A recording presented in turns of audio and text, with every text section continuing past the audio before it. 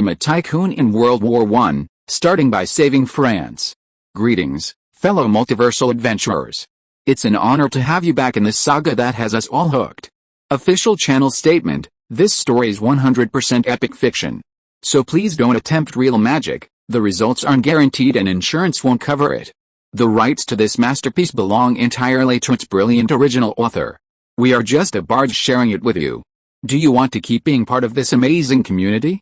Join our ninja army of subscribers on YouTube and give this content a like. And for true fans, our Patreon has exclusive ninjutsu waiting for you. Chapter 151: Intelligence from Partisan Struggle. The Paris City Defense Command Operations Department. Galleri had an enlarged lapis map hung on the north wall, right next to his desk. The map meticulously marked every trench and troop deployment discovered during reconnaissance. Standing before the map, Galleri said to Charles with a heavy heart, "This was all earned with the lives and blood of our warriors." Charles replied, "Actually, we could have obtained this intelligence by plane." Galleri rolled his eyes at Charles, as if to say, "You're being disrespectful to Joffre. All his efforts have been in vain." Galleri didn't say anything, but pointed to the map with his pointer, analyzing. Judging from previous battles, the central defensive line is the most difficult to break through. There's a hill over 100 meters high here, giving the Germans a commanding advantage. There's also a lot of barbed wire in front of the line, and there might be an artillery regiment behind the hill. Galleri put away his pointer, thoughtfully saying, "So, I'm considering a question. Should we attack from the flanks?" "No, I think we should attack from the center." Charles rejected the plan. The German artillery has a range of 12 kilometers. Whether our army attacks from the flanks or the front, we'll have to face its fire. The front is flat, the flanks are rugged. If tanks attack from the flanks, they'll face even more artillery fire along the way. That makes sense. Galleri nodded, pointing his pointer towards the German artillery positions, and asked, "You mean, a quick frontal breakthrough directly into the enemy's artillery positions?" "Yes, that's my idea." Charles nodded. "Once we destroy the enemy's artillery positions, the follow-up attack will be able to recapture the Lapis region in one fell swoop." 2 hours later, Charles's battle plan was on the table in Khalil's command post. Khalil was a little puzzled.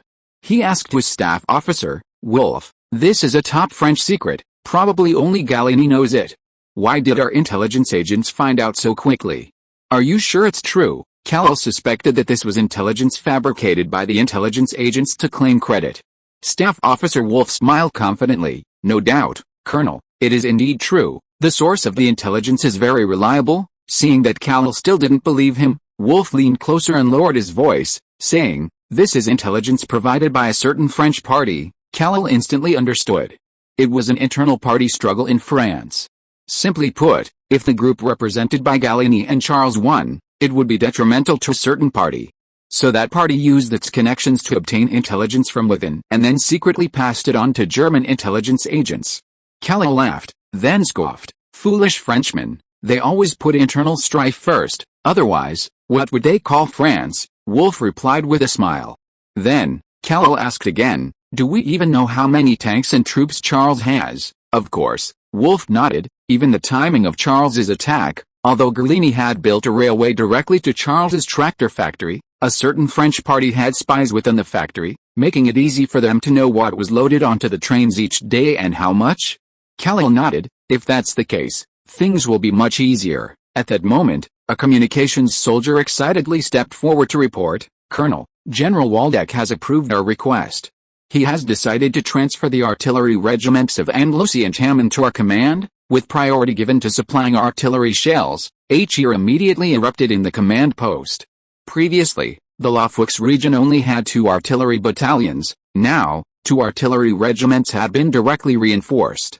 Not to mention Charles's tanks, even 10 Charles soldiers wouldn't be enough to overwhelm them. In the Palais Bourbon, the Chamber of Deputies, Galleri once again stood on the stage to be questioned by his members. Since his previous scathing critique of the members in the chamber, Galleri had been prepared to ignore them. They were nothing but foolishness and greed, and he didn't want to see their faces. However, the members would decide, based on this questioning, whether to send Charles and his tanks to the battlefield to replace Joffre. Galleri had no choice but to accept. "General Galleri," a member stood up, asking in a high-pitched, melodious falsetto, "do you really think a 17-year-old boy, A lieutenant who has never attended military school or experienced combat, has enough ability and experience to command the French army against the Germans? We even want to replace Joffre, who has 44 years of military experience, a decorated commander, and is the commander-in-chief of France, with him. Gallieri simply replied, "Excuse me, what did you say? I didn't hear you." The members were stunned for a moment, then burst into laughter. Everyone knew that Gallieri was cleverly delivering a blow to the questioner. The one with the most illustrious military achievements was none other than Charles, a 17-year-old who had never attended military school. Joffre's commendable military exploits included, firstly, the Senegal campaign over a decade earlier, where he suppressed a local rebellion against natives armed with sticks, bamboo arrows, and shotguns, and secondly, the victory at the Battle of the Marne, which had been heavily publicized in the media, with Gallieri and Charles being the primary contributors. The congressman didn't press further, returning to his seat with an embarrassed expression. Another congressman stood up. Gallieri recognized him, Steele from the St. Etienne arsenal. Gallieri knew he harbored a grudge against him over the machine gun incident. Gallieri inwardly scoffed. This guy was probably asking another baseless suspicion. Unexpectedly, Steed asked in a gentle tone, "General Gallieni, I only want to know one thing, what Charles said to the media, namely that CA1 and Saint-Chamond have obvious flaws. Do you think it's true?" His words were immediately met with boos from the surrounding councillors. Gallieni was taken aback. This question was advantageous to him. When did Steed change his ways? Or had he become senile? "It's true," Gallieri stepped forward to answer. "Facts have proven that Charles is right. The problems with the CA1 and Saint-Chamond are obvious. They completely disregarded the actual battlefield conditions, blindly piling on artillery and machine guns, and the result was, before he could finish, he was immediately met with a chorus of objections. It's not a problem with the tanks, they lack experience and don't know how to use them. It's a problem with the soldiers' lack of coordination. It's related to the Germans using new rifle ammunition. Charles' tanks will fail just as well." James, the owner of Schneider, stood up leisurely and said, "Gentlemen, why don't we try having Charles command the Saint-Chamond tanks to attack the enemy? Would that have a better chance of victory than tanks with only machine guns?" Gallieri cursed inwardly, shameless. They'll say anything for profit. Chapter 152 Command. Sending Charles to use the Saint-Chamond tank in combat was a clever, two-pronged strategy. If Charles won, it would prove the problem wasn't the Saint-Chamond tank, but the people using it. If Charles lost, the myth of Charles's invincibility would crumble. Gallieri, of course, knew James's thoughts. He answered calmly, without a trace of sarcasm, even earnestly and respectfully, "Sir, please believe me, if the Saint-Chamond could reach the enemy trenches and provide necessary cover for our soldiers, I would definitely recommend Charles to do so." Laughter erupted again in the meeting room, and James, his face flushed, sat back down. Gallieri's meaning was clear. Without the tank reaching the trenches, facing the enemy was futile. Charles's victory had nothing to do with the Saint-Chamond. Other members of parliament launched a barrage of questions at Gallieri, who remained calm, responding sharply to each one. Gallieni was confident. The fact was, the CA1 and Saint-Chamond had suffered defeats, as had Joffre. They had already attempted 4 offensives, achieving nothing and losing over 200 tanks and more than 5,000 soldiers. These were bloody costs. To end this tragedy, Charles had to lead his tanks into battle. Grevy and Armand, along with other right-wing members, remained quietly seated below the stage, with only a few members asking irrelevant and brief questions. This was somewhat unusual. The CA1 tank had been developed with their support, and Charles's participation directly impacted the interests of the right wing. Yet, they were unusually indifferent, as if it were none of their concern. Grevy maintained a smile throughout, not even looking at Gallieni on the stage, only occasionally glancing at the members of parliament in the hall. These fools didn't realize they couldn't stop Charles from fighting this battle. It was everyone's wish. If they successfully use their power to stop Charles and his tanks, the House of Representatives will be surrounded by angry mobs tomorrow, and there might even be a massive wave of strikes. People will shout, "We know Charles can win, why not let him command? Our tanks have failed, but Charles's tanks are waiting, why not send them to the battlefield and try them out? We need Charles. You capitalists are preventing France from winning for your own benefit. You are sinners, you bloodsuckers."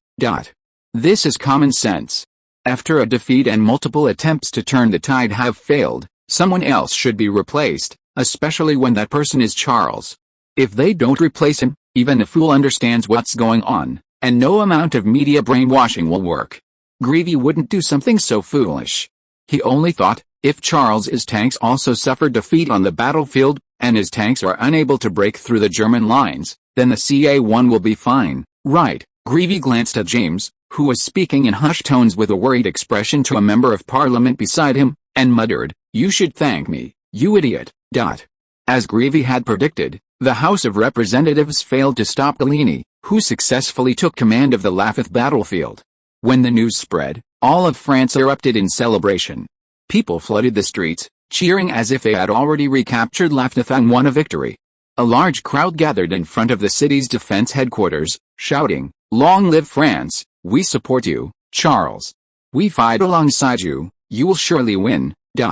Then people spontaneously organized themselves. Some joined as volunteers to transport ammunition for Charles's troops, aid the wounded, and so on. Many others launched fundraising campaigns to provide Charles's troops with additional supplies and bonuses. They all declared publicly, only Charles's troops would be allowed to win, because only Charles's troops could achieve victory, and we were willing to sacrifice everything for Charles's troops. The news soon reached the town of Doise, and the townspeople were in an uproar. Neighbors gathered outside Joquet's house, excitedly calling to Camille, "MRS. Bernard, they've sent Charles to retake Lafayette. Charles is our pride. I'm so happy for him, he'll definitely succeed, we believe in him." Camille was terrified. She rushed out of her house while preparing dinner, asking, They've sent Charles to the battlefield again." The neighbors quickly explained, No, they're sending his tanks, Mrs. Bernard, don't worry, Charles is still commanding in Paris, just like he commanded the Battle of Ypres. They won't really send Charles to the battlefield, after all. That little guy probably doesn't even know how to use a pistol. The neighbors laughed. But someone immediately added, "But that doesn't stop him from defeating thousands of Germans." The neighbors nodded in agreement. Camille felt somewhat relieved after hearing these words, but she still hoped Charles would return soon. Only with him at home could Camille truly feel at ease. If possible, they should let Charles command from home, Camille muttered to herself. It won't make any difference anyway. At the city defense headquarters, Gallieni officially gained command of Lafayette after a phone call with Joffre. He walked to his desk and said to Charles, who was deep in thought while looking at the map, "Are you ready? Its area is only 1/10 the size of Ypres, and its total strength is only 7 or 8,000. It shouldn't be too difficult for you, right?" Charles had never heard of a battle's difficulty being rated in this way before. He replied, "General, you should ask the French commander-in-chief about that and see how he responds." Gallieni chuckled, "He's already very dissatisfied with me, I know without even asking." This was undeniable. Time and again, he had been proven mediocre and incompetent, yet he bore the titles of hero and commander-in-chief. No one could bear such humiliation. "Oh, right." Charles quickly went to his desk, grabbed a document, and returned. He handed it to Gallieni, saying, "This needs your signature, General." "What is this?" Gallieni took the document, picked up his glasses from the desk, and put them on. "A hand grenade," Charles replied. "I told you before, I've produced it." "So fast?" Gallieni tilted his head, somewhat surprised. "From factory to workers to production, it should take at least a month, right?" But Charles produced it in just a few days. "In fact," Charles explained, "I signed a cooperation agreement with the St. Etienne Armory. This is a joint production." Gallieni said "Oh," and understood immediately. No wonder Steed sided with him during the House of Representatives questioning. It was all for profit. Chapter 153 Price Trap. Gallieni glanced at the price list. 2 francs per grenade, 20,000 for 10,000. Without a second thought, he signed his name. He didn't realize he'd fallen into a price trap set by Charles. Wooden handle grenades were very cheap to manufacture, and St. Etienne had existing gunpowder, woodworking, and molding production lines. Piecing them together would quickly create a grenade factory. Therefore, the final cost of a single grenade was only 35 centimes. Following the usual practice of doubling the price, 75 centimes would suffice, still yielding a 100% profit. But Charles knew Gallieni had no concept of grenades, otherwise, he wouldn't have blurted out 10,000. This wasn't just about 10,000 inches, it was about consuming millions, even tens of millions, of grenades every month. If Gallieni knew this, he would have sat down and carefully evaluated each so, even each centimeter, gradually lowering the price. Because the quantity was so enormous, each centimeter would eventually become an astonishing number. Because Gallieni was ignorant, he thought 10,000 rounds would be enough for the troops for a while, at 2 francs each, totaling only 20,000 francs. A truly conscientious capitalist, no need to haggle, he signed with his eyes closed. Charles was secretly pleased. The profit from 165 centimes, split equally with the Saint-Étienne arsenal, would be 82.5 centimes. Even if the front lines consumed 1,000,000 rounds each month, that would be 825,000 francs in profit per month. That's almost equivalent to selling 100 Mark I tanks each month. Moreover, the actual combat consumption could be 10 times, a dozen times, or even dozens of times higher. Charles was almost shocked by the numbers. Wasn't this a bit unfair? But then he thought, if the military's money wasn't going to be earned, let those parasites like capitalists earn it. He was already doing a conscientious business, selling things that were actually useful on the battlefield. Unlike those capitalists, who both profited and killed. Thinking this, Charles felt at peace and had a clear conscience. Gallieni hadn't given the grenades a second thought. He handed the signed contract back to Charles and asked, "So, you and Saint-Étienne are in some kind of alliance?" "You could say that." Charles waved the contract in his hand. "He's very experienced in producing small arms. The factories, workers, and machinery are all readily available, while I have nothing. Cooperation is beneficial to both sides, including the military." Gallieni nodded. This meant the military could quickly obtain what they needed, and there wouldn't be supply shortages if the fighting intensified. Gallieni then inwardly praised Steed. The old man had good foresight. As long as he grasped Charles as a lifeline, his Saint-Étienne arsenal wouldn't decline, it would revitalize and even surpass its former glory. Now, Gallieni gestured towards the map beside him. "Laffix is yours. Whatever your plans, put them into action." "Yes, General," Charles responded, saluting Gallieni before turning to his desk. Before he could even finish speaking, he had already given the order to Lieutenant Colonel Fernand, "Reconnaissance and fighter squadrons, move out." "Lieutenant Colonel." "Yes, sir," Lieutenant Colonel Fernand responded, immediately issuing the order over the phone. Carter Flying Club. A light drizzle continued to fall. The club was surrounded by empty spaces, lacking both lodging and food. But this did not dampen the enthusiasm of the reporters. They braved the cold wind and rain, enduring hunger, waiting outside the club, occasionally glancing upwards through their binoculars. When bored, they chat with their colleagues. "Do you guys think Xiao will deploy rocket planes?" "Maybe, but I don't think it'll be very effective." "Why?" Reporters with military knowledge or more information would analyze. "Because it's the rainy season, rockets hanging on the wings are easily damp, even with waterproofing. More critically, visibility is low.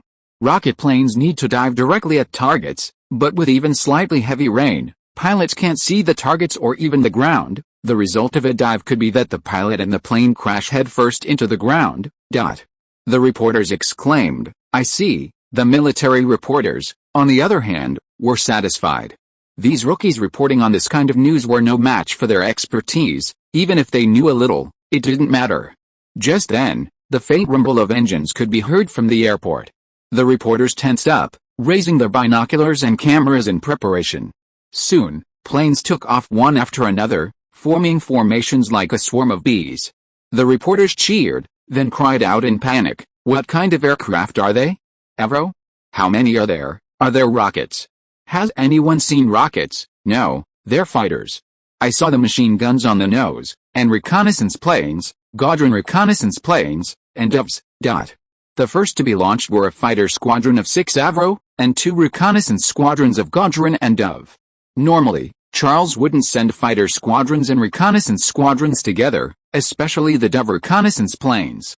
The reason was that the Germans also had a large number of Dove reconnaissance planes, and in the rain, it was difficult for fighters to distinguish between friendly and enemy Doves. This was a means of distinguishing friend from foe and also increased the combat efficiency of fighters. However, at this point in the war, it seemed unnecessary. Carter reported the current situation to Charles. "Lieutenant, as long as there's one Avro in the sky, all the German planes will be stuck at the airfield, too afraid to take off. We haven't had any work to do for a long time, therefore, fighter takeoffs were just a formality. For this period, the skies belonged to France, until the Germans discovered the secret of the machine gun firing coordinator. The German garrison at Lofwix immediately tense up. "Enemy planes," the lookout on high ground shouted, pointing to the sky with binoculars in one hand and yelling in the other, "Enemy planes are coming." Khalil peeked out of the command post and indeed saw several blurry Avro silhouettes in the sky. "Order the artillery to camouflage," Khalil shouted back into the command post. "No firing without orders." "Yes, sir," the communications officer immediately relayed the order. Khalil turned his gaze back to the sky, a confident look on his face. Was Charles still planning to bombard the artillery with planes? Then this time, he would surely be disappointed. Chapter 154 Charles has no secrets.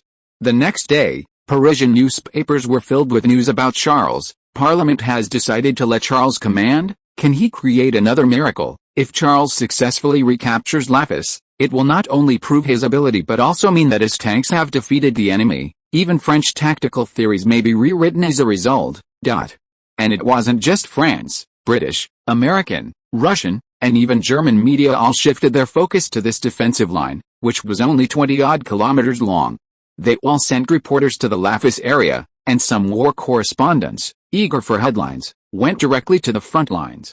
Lafis, a previously unknown area, instantly became a hot topic. It seemed that only here along the entire 300-kilometer-long defensive line, battles were taking place.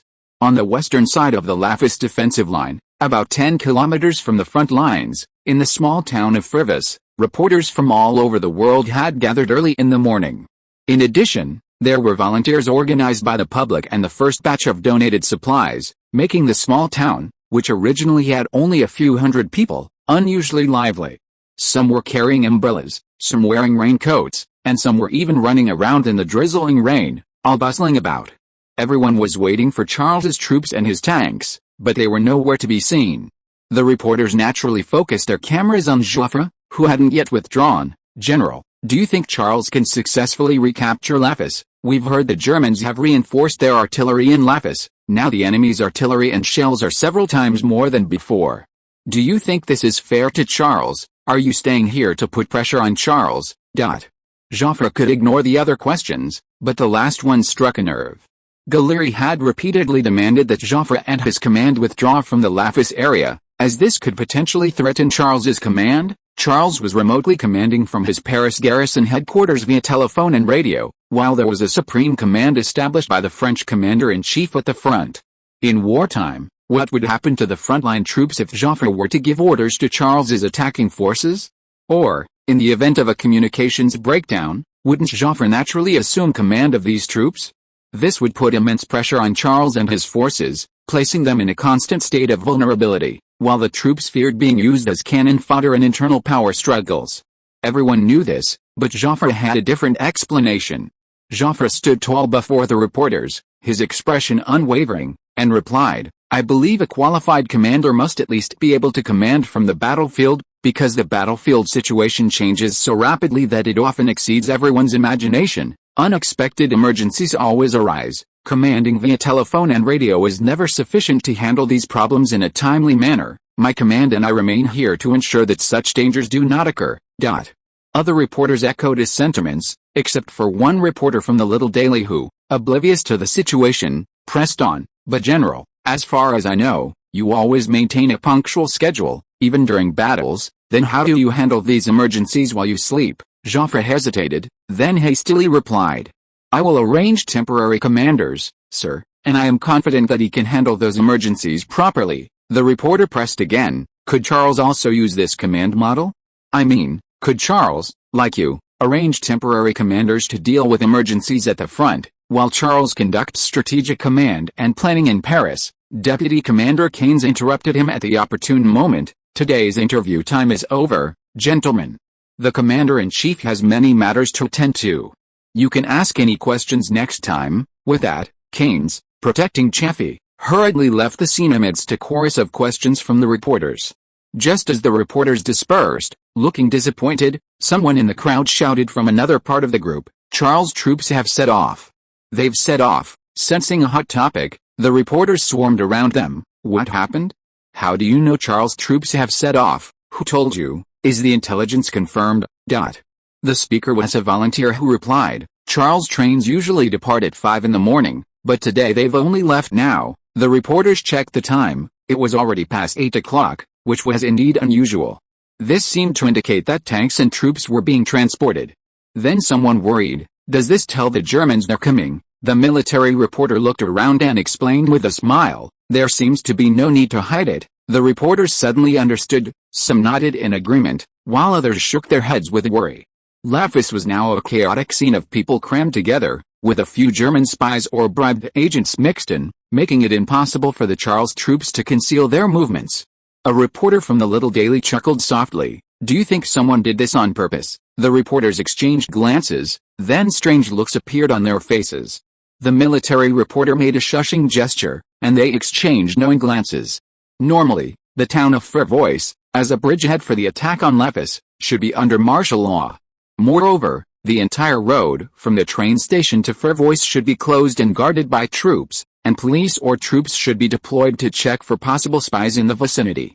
But now, there was nothing. Anyone could come and go freely. Was this normal?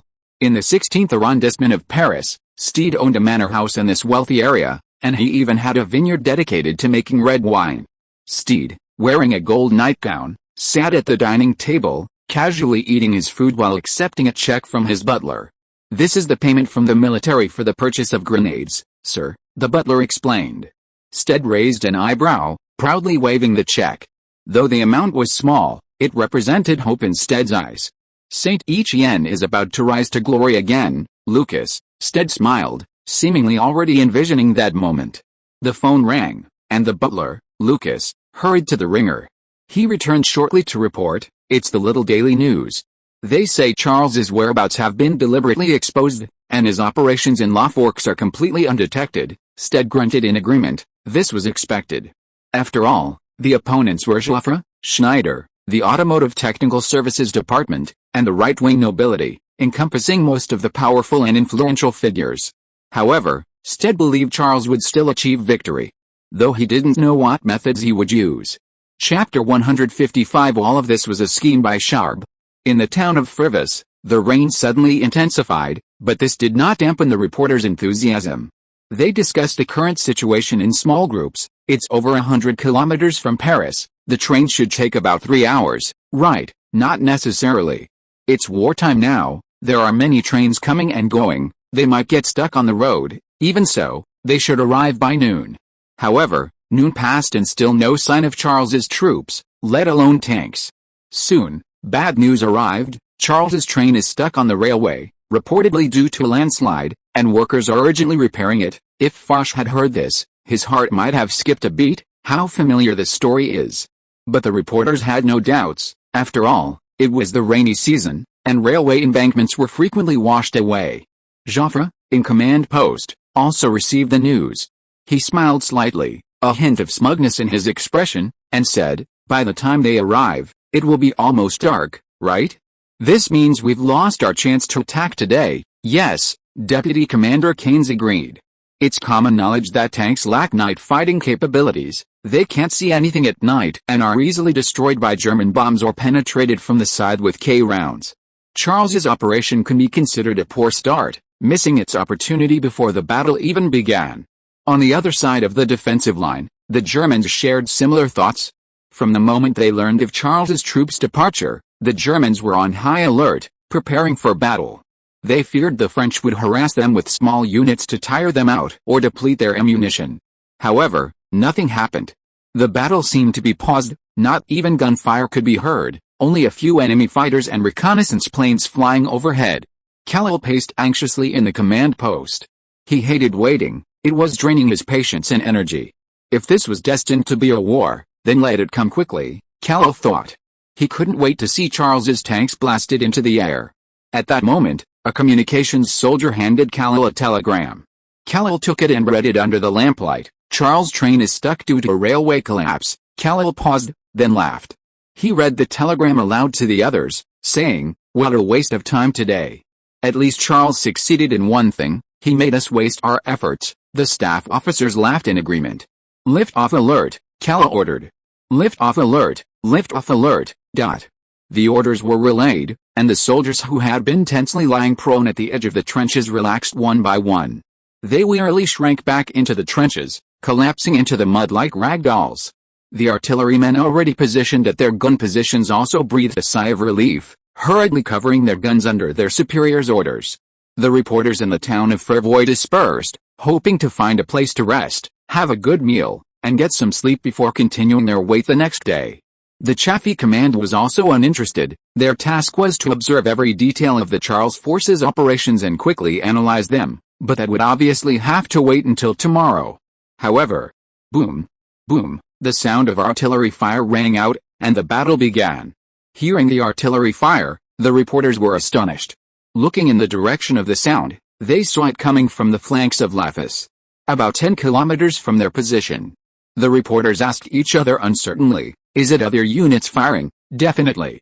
They're probably just firing randomly. There's nowhere worth attacking except Lapis, and there's no operational plan."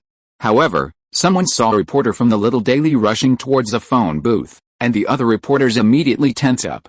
The little daily had been bribing people in the military. They always had first-hand information. A military reporter suddenly realized, "God, those are Charles's troops. Charles has fooled us all." His troops weren't pinned down. Instead, they used this time to deploy on the flanks of Lapis and launch an attack. The reporters all paled. Joffel hadn't heard the gunfire. Alone in the lounge, he leaned back in his armchair, listening to beautiful piano music from the gramophone, gently stirring his hot coffee. Suddenly, the deputy commander burst in, his voice urgent. "General, Charles has launched an attack." Joffel was startled, splashing coffee on himself. The warm, sticky coffee made him frown. He took out a handkerchief to wipe himself, glancing at the deputy commander with displeasure. "What nonsense are you spouting, Carnes? Do you think Charles's troops can fly over?" General, Carnes, pale-faced but with a hint of admiration in his eyes, said, "Charles's troops haven't been stopped at all. They changed vehicles en route, creating the illusion of a landslide. His troops have split into two groups and arrived at both sides of Lafax, now attacking the German lines." Joffel's wiping motion abruptly stopped. He looked up at Carnes with disbelief. "You mean, he lied to all of us?" "Yes," Carnes nodded. Joffre abruptly threw down his handkerchief and rushed towards the command post, angrily demanding, "Where are they? How many troops do they have?" His frantic manner suggested that Charles wasn't attacking the German forces, but rather his own headquarters. On the German front line, Callel was lying fully clothed on a wooden plank bed, taking a nap. Although the dampness made sleep impossible, Callel forced himself to sleep, otherwise he would collapse before the enemy even arrived. The sound of artillery fire jolted Callel awake, as if by reflex. The next second, his face drained of color, he realized he had fallen for Charles's trap, and Lapis might be doomed. Sure enough, the communications soldier nervously approached and reported, "Colonel, the Andalusi and Taman areas are under enemy attack, possibly by Charles's troops." "Why?" Callel asked, his voice filled with rage. "Because they saw tanks," the communications soldier stammered. "Charles tanks." The entire command post fell into an instant, a deathly silence. The regions of Andalusi and Taman, at the turning point of the Lapis salient, originally each had an artillery regiment. However, at Callel's request, all the artillery regiments from these two regions were transferred to Lapis. Hundreds of cannons and thousands of shells were concentrated in Lapis, their muzzles marking areas ahead, waiting for Charles's tanks to advance. But Charles's tanks appeared in Andalusi and Taman, more than 10 kilometers away. All of this was a scheme by Charles. The image above shows a phonograph, invented in 1877. If you are listening to this novel on a channel other than Fanfic World, it means it was downloaded and re-uploaded without effort. We warmly invite you to visit our channel, Fanfic World. There you will find the original version of this story and many other novels of various genres. We look forward to seeing you dive into a world of incredible novels. Chapter 156: Charles's Troops. Charles's forces were divided into two parts, each about 1,000 men, commanded by Ostini and Brownie respectively. They did indeed depart from Charles's tractor factory, with tanks, sidecars, troops, and ammunition all loaded onto a train bound for Paris. But the spies hadn't considered one crucial detail: the train carriages could be easily switched. The train pulled into the Paris train station, where the carriages were secretly split in two and attached to different locomotives. One headed straight for Andrassy, north of Lafox, while the other went south of Lafox to Tarman. The supposed train carrying Charles's tanks and troops followed at a distance, its carriages filled with canned goods and bread destined for the front lines. The collapse was deliberate, intended to mislead everyone, including Joffre's command, into believing the troops wouldn't arrive in time, thus preventing any disruption. All eyes were on the train blocked by the collapse. No one suspected that Charles's troops had already reached their destination and were methodically deployed into the battlefield. Estany was in charge of the attack on the Andrassy region. He rushed to the battlefield in a sidecar motorcycle, raised his binoculars, and looked towards the enemy. The enemy in front was completely unprepared. The entire defensive line consisted of only a few insignificant barbed wire fences and wooden palisades. He couldn't see anyone outside. Estany guessed the enemy was probably taking shelter from the rain in the trenches. A colonel in a raincoat hurried up to Estany in the rain. He glanced at Estany, noticing his artillery colonel's uniform, and asked with a puzzled tone, "Colonel, which unit are you from?" He seemed to have heard nothing about artillery reinforcements. Colonel Estany said nothing. He simply stood there quietly for a while. The telephone in the sentry post rang, and the guard called out, "Colonel, your call, from the Paris City Defense Command?" The colonel was even more confused. What did this have to do with the Paris City Defense Command? He went into the sentry post to answer the phone, then his eyes widened in astonishment as he stared at Estany outside. Upon emerging, the infantry colonel seemed like a completely different person, so nervous he could barely speak. "You are Charles's troops, attack from here? I mean, my name is Clark, Colonel, it's a pleasure to meet you." Estany politely shook his hand and introduced himself. "Colonel Estany." Colonel Clark puffed out his chest. "What are your orders? I mean, how should we cooperate with you? You just need to watch." Colonel Clark, Estany replied coldly, "Do nothing, just watch, and please remember that." Colonel Clark was somewhat embarrassed. He felt this was an insult. However, Colonel Clark quickly realized that this unit indeed had the right to insult them. Estany wasn't arrogant, he simply knew that coordinated operations were unsuitable for untrained troops, as they would only turn the operation into chaos. Tanks rolled in one by one, their engines rumbling as they prepared for the attack in a wedge formation against the rain. There weren't many tanks, only 36 in total, the size of a tank battalion.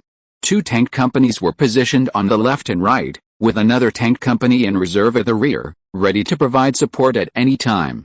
Without the slightest hesitation, Estany ordered the attack as soon as preparations were complete. In a battle where the enemy is caught off guard, speed is key. Every minute wasted gives the enemy another minute to prepare. The tanks rumbled, carrying the infantry through the mud, their tracks rattling and kicking up clouds of mud. The ground was riddled with craters of all sizes, a nightmare for the CA-1 and the Sanchaman, but nothing to the fully enclosed track tanks like the Mark I. The tanks easily rolled over them, the only impact being that each tank would occasionally sway, kicking up a cloud of mud that crashed like waves onto the faces of the soldiers following behind. 500 meters. A tank ran over the rotting, stinking corpses left on the battlefield, spurting out streams of blackish-greenish reddish-brown liquid, instantly filling the air with a suffocating stench. The soldiers' stomachs churned from the stench. But they knew their lives were at stake, and they couldn't afford to be careless or swayed by external factors. So, even though they were extremely unwilling, they had no choice but to step into the filth swarming with flies and maggots to maintain their formation. 400 meters. Perhaps because of the rain and the rain curtain, the enemy still hadn't noticed a tank unit approaching them. The soldiers stared ahead, closely following the tanks, their hands gripping their rifles so tightly they turned white, their breathing becoming increasingly rapid. A major battle was imminent. 300 meters. The German soldiers finally heard the sound. Several men emerged from the trenches and looked this way, some even holding binoculars. Estany made a decisive decision, whispering the order, "Fire." The soldiers promptly raised their rifles and fired. The few German soldiers who had poked their heads out were covered by bullets from several directions, their blood splattering in the rain before they fell back into the trenches. The gunfire alerted the German soldiers, who immediately emerged in rows from the edge of the trenches, raising their rifles. However, they were clearly startled when they saw the tank suddenly appear before them, so much so that the gunfire paused for a moment before resuming. Bullets struck the tank armor, exploding with sparks and producing crisp clanging sounds, some particularly bright, lingering like the tolling of a bell. Estany knew these were German K rounds, they couldn't penetrate the tank's frontal armor. "Speed up," Destined, shouted. The infantryman who received the order waved signal flags a few times in front of the tank's observation port, and the tank roared forward at full speed. Soon after, German artillery shells arrived, only a dozen or so rounds from the German 77mm cannon, most landing behind the tank, with only a few near it. Destined secretly breathed a sigh of relief. The German 105mm howitzers had been lured to the Lafis area by Charles, otherwise, the losses would have been inevitable. Seeing several soldiers fall to the ground after being hit by stray bullets, Destined shouted, "Take cover behind the tanks. Maintain the offensive line, now was not the time to expose themselves and fire, doing so under the enemy's concentrated fire would be tantamount to suicide."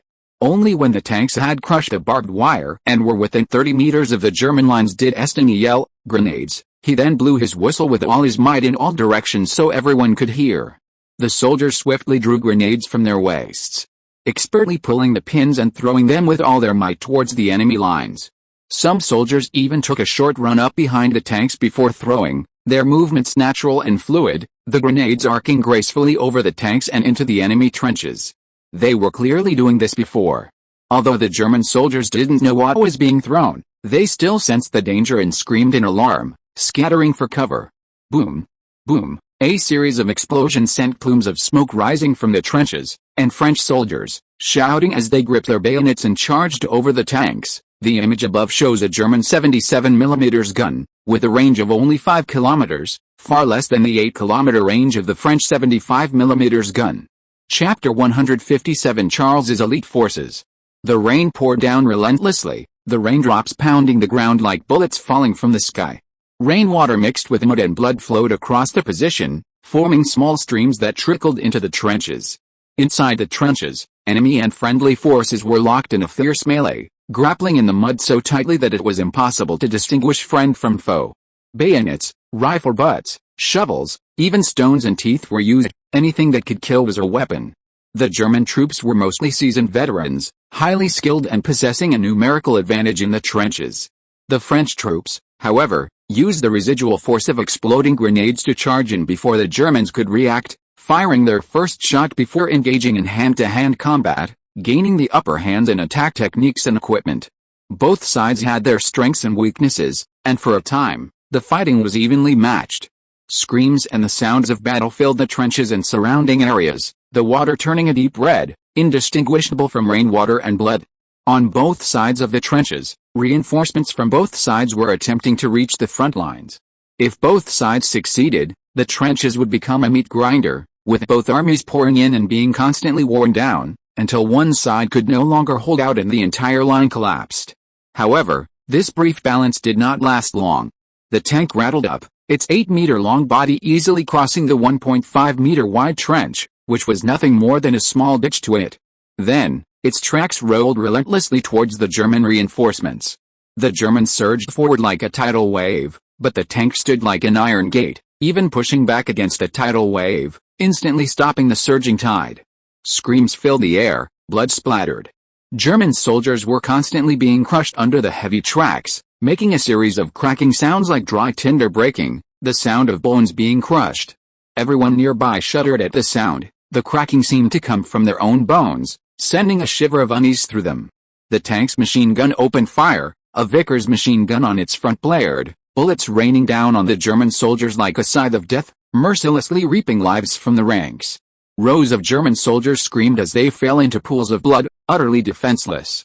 Some tried to use K rounds to block the steel behemoth. However, the Mark's 17mm frontal armor was impenetrable even at close range. Some tried to flank the tank, but machine gun fire erupted from the side of the tank. A Hotchkiss machine gun was positioned on the side of the Mark I. While its firepower wasn't as sharp as the Vickers, it provided crossfire and mutual cover with the neighboring tanks. The Panzer I's side-fired machine gun provided cover for the Panzer II's flank, and vice versa. German soldiers attempting to sneak up between the tanks ended up falling one after another in pools of blood.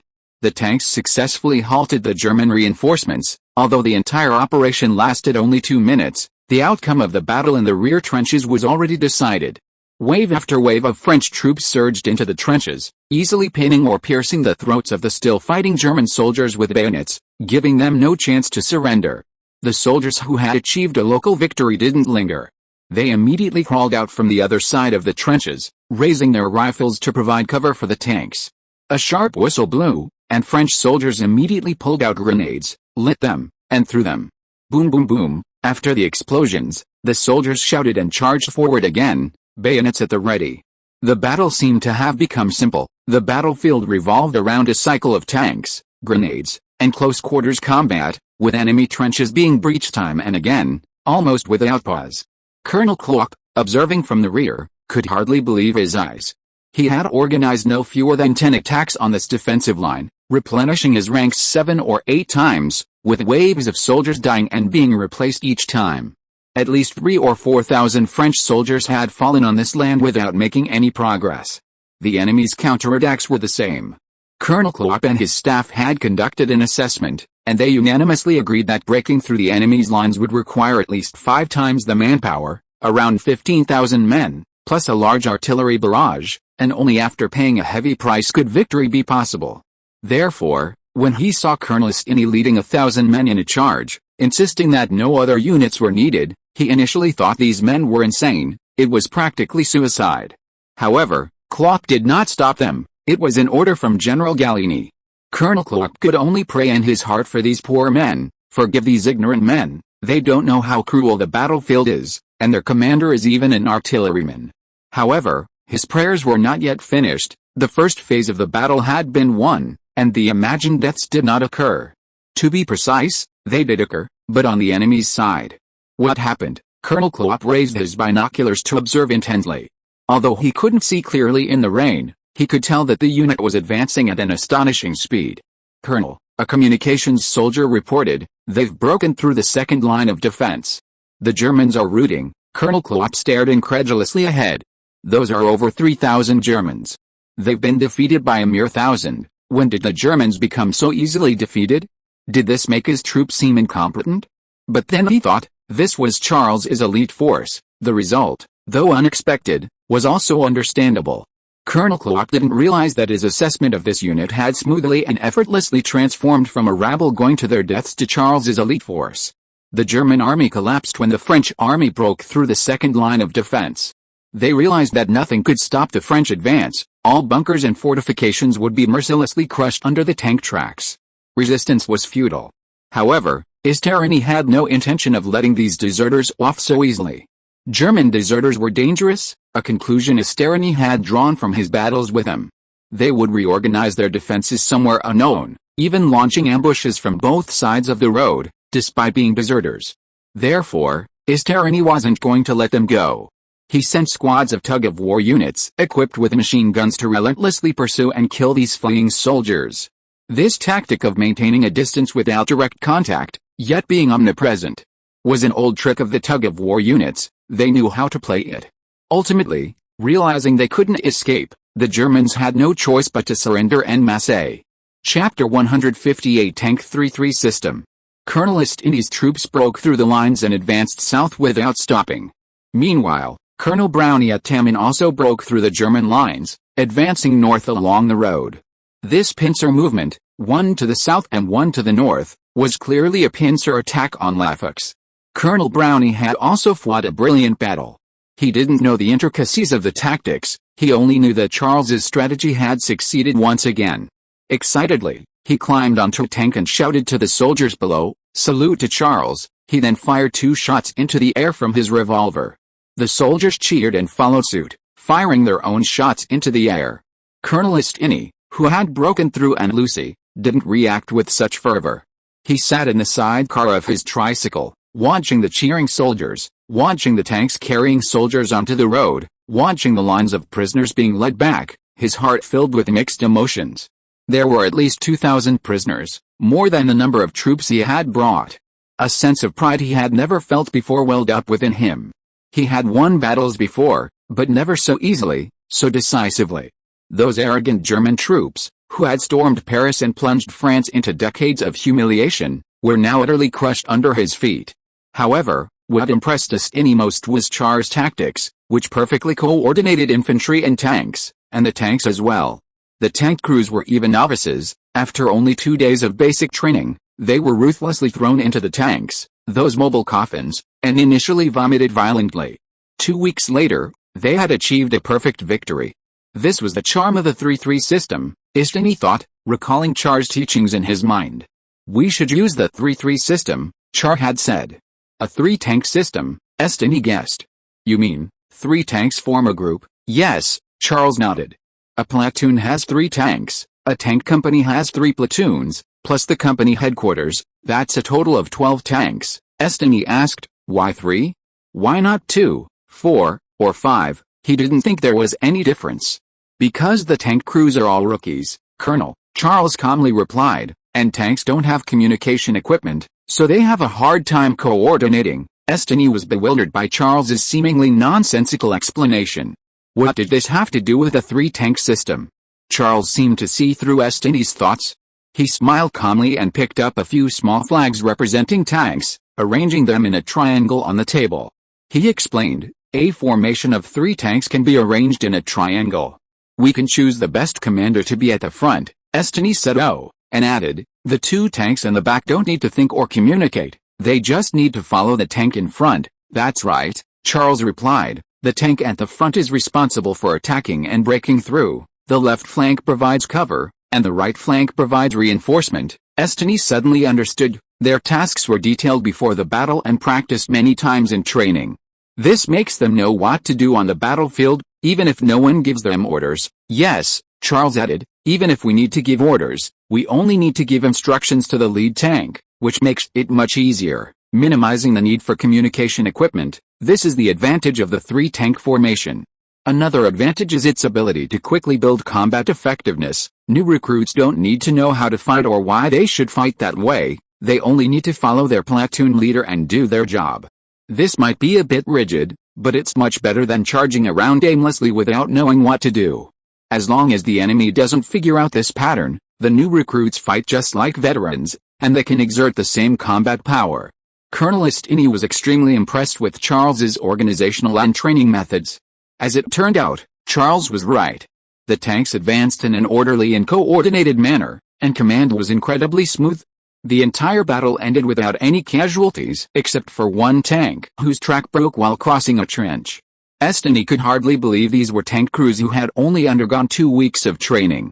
He exclaimed, Charles isn't just a genius at building tanks and equipment, he can build an army, the strongest army in the world. He was born for war. Then, Istini thought of something else. One day, this tank unit would grow into experienced veterans on the battlefield. Following the 3-3 system, they could immediately split into 3 groups, 1 veteran leading 2 new recruits, transforming into 3 tank units. Then, they could be thrown into the battlefield to learn in combat, and soon they would multiply, grow stronger, and grow without end. God, would anyone be his match in the future? If the French army were under Charles's command, it wouldn't just be Germany that they would despise, but the entire world. Lafis, the town of Frevais. Joffre's command post was in complete chaos. Staff officers were shouting on the phone, and intelligence reports flew back and forth between the communications officer and Joffre's desk. But all the information seemed to boil down to 2 points. They've broken through the Andalusi line, the Germans are routed. They've broken through the Taman line, approximately 3,000 German soldiers have surrendered. Besides that, there were casualty ratios and prisoner of war figures. However, these figures were astonishing enough. Keynes looked at the documents with disbelief. Did they make a mistake? A force of a little over 1,000 captured over 3,000 German soldiers. Keynes was convinced that either the attacking force was missing a 0, or there was an extra 0 after the prisoners were captured. More likely, it was both.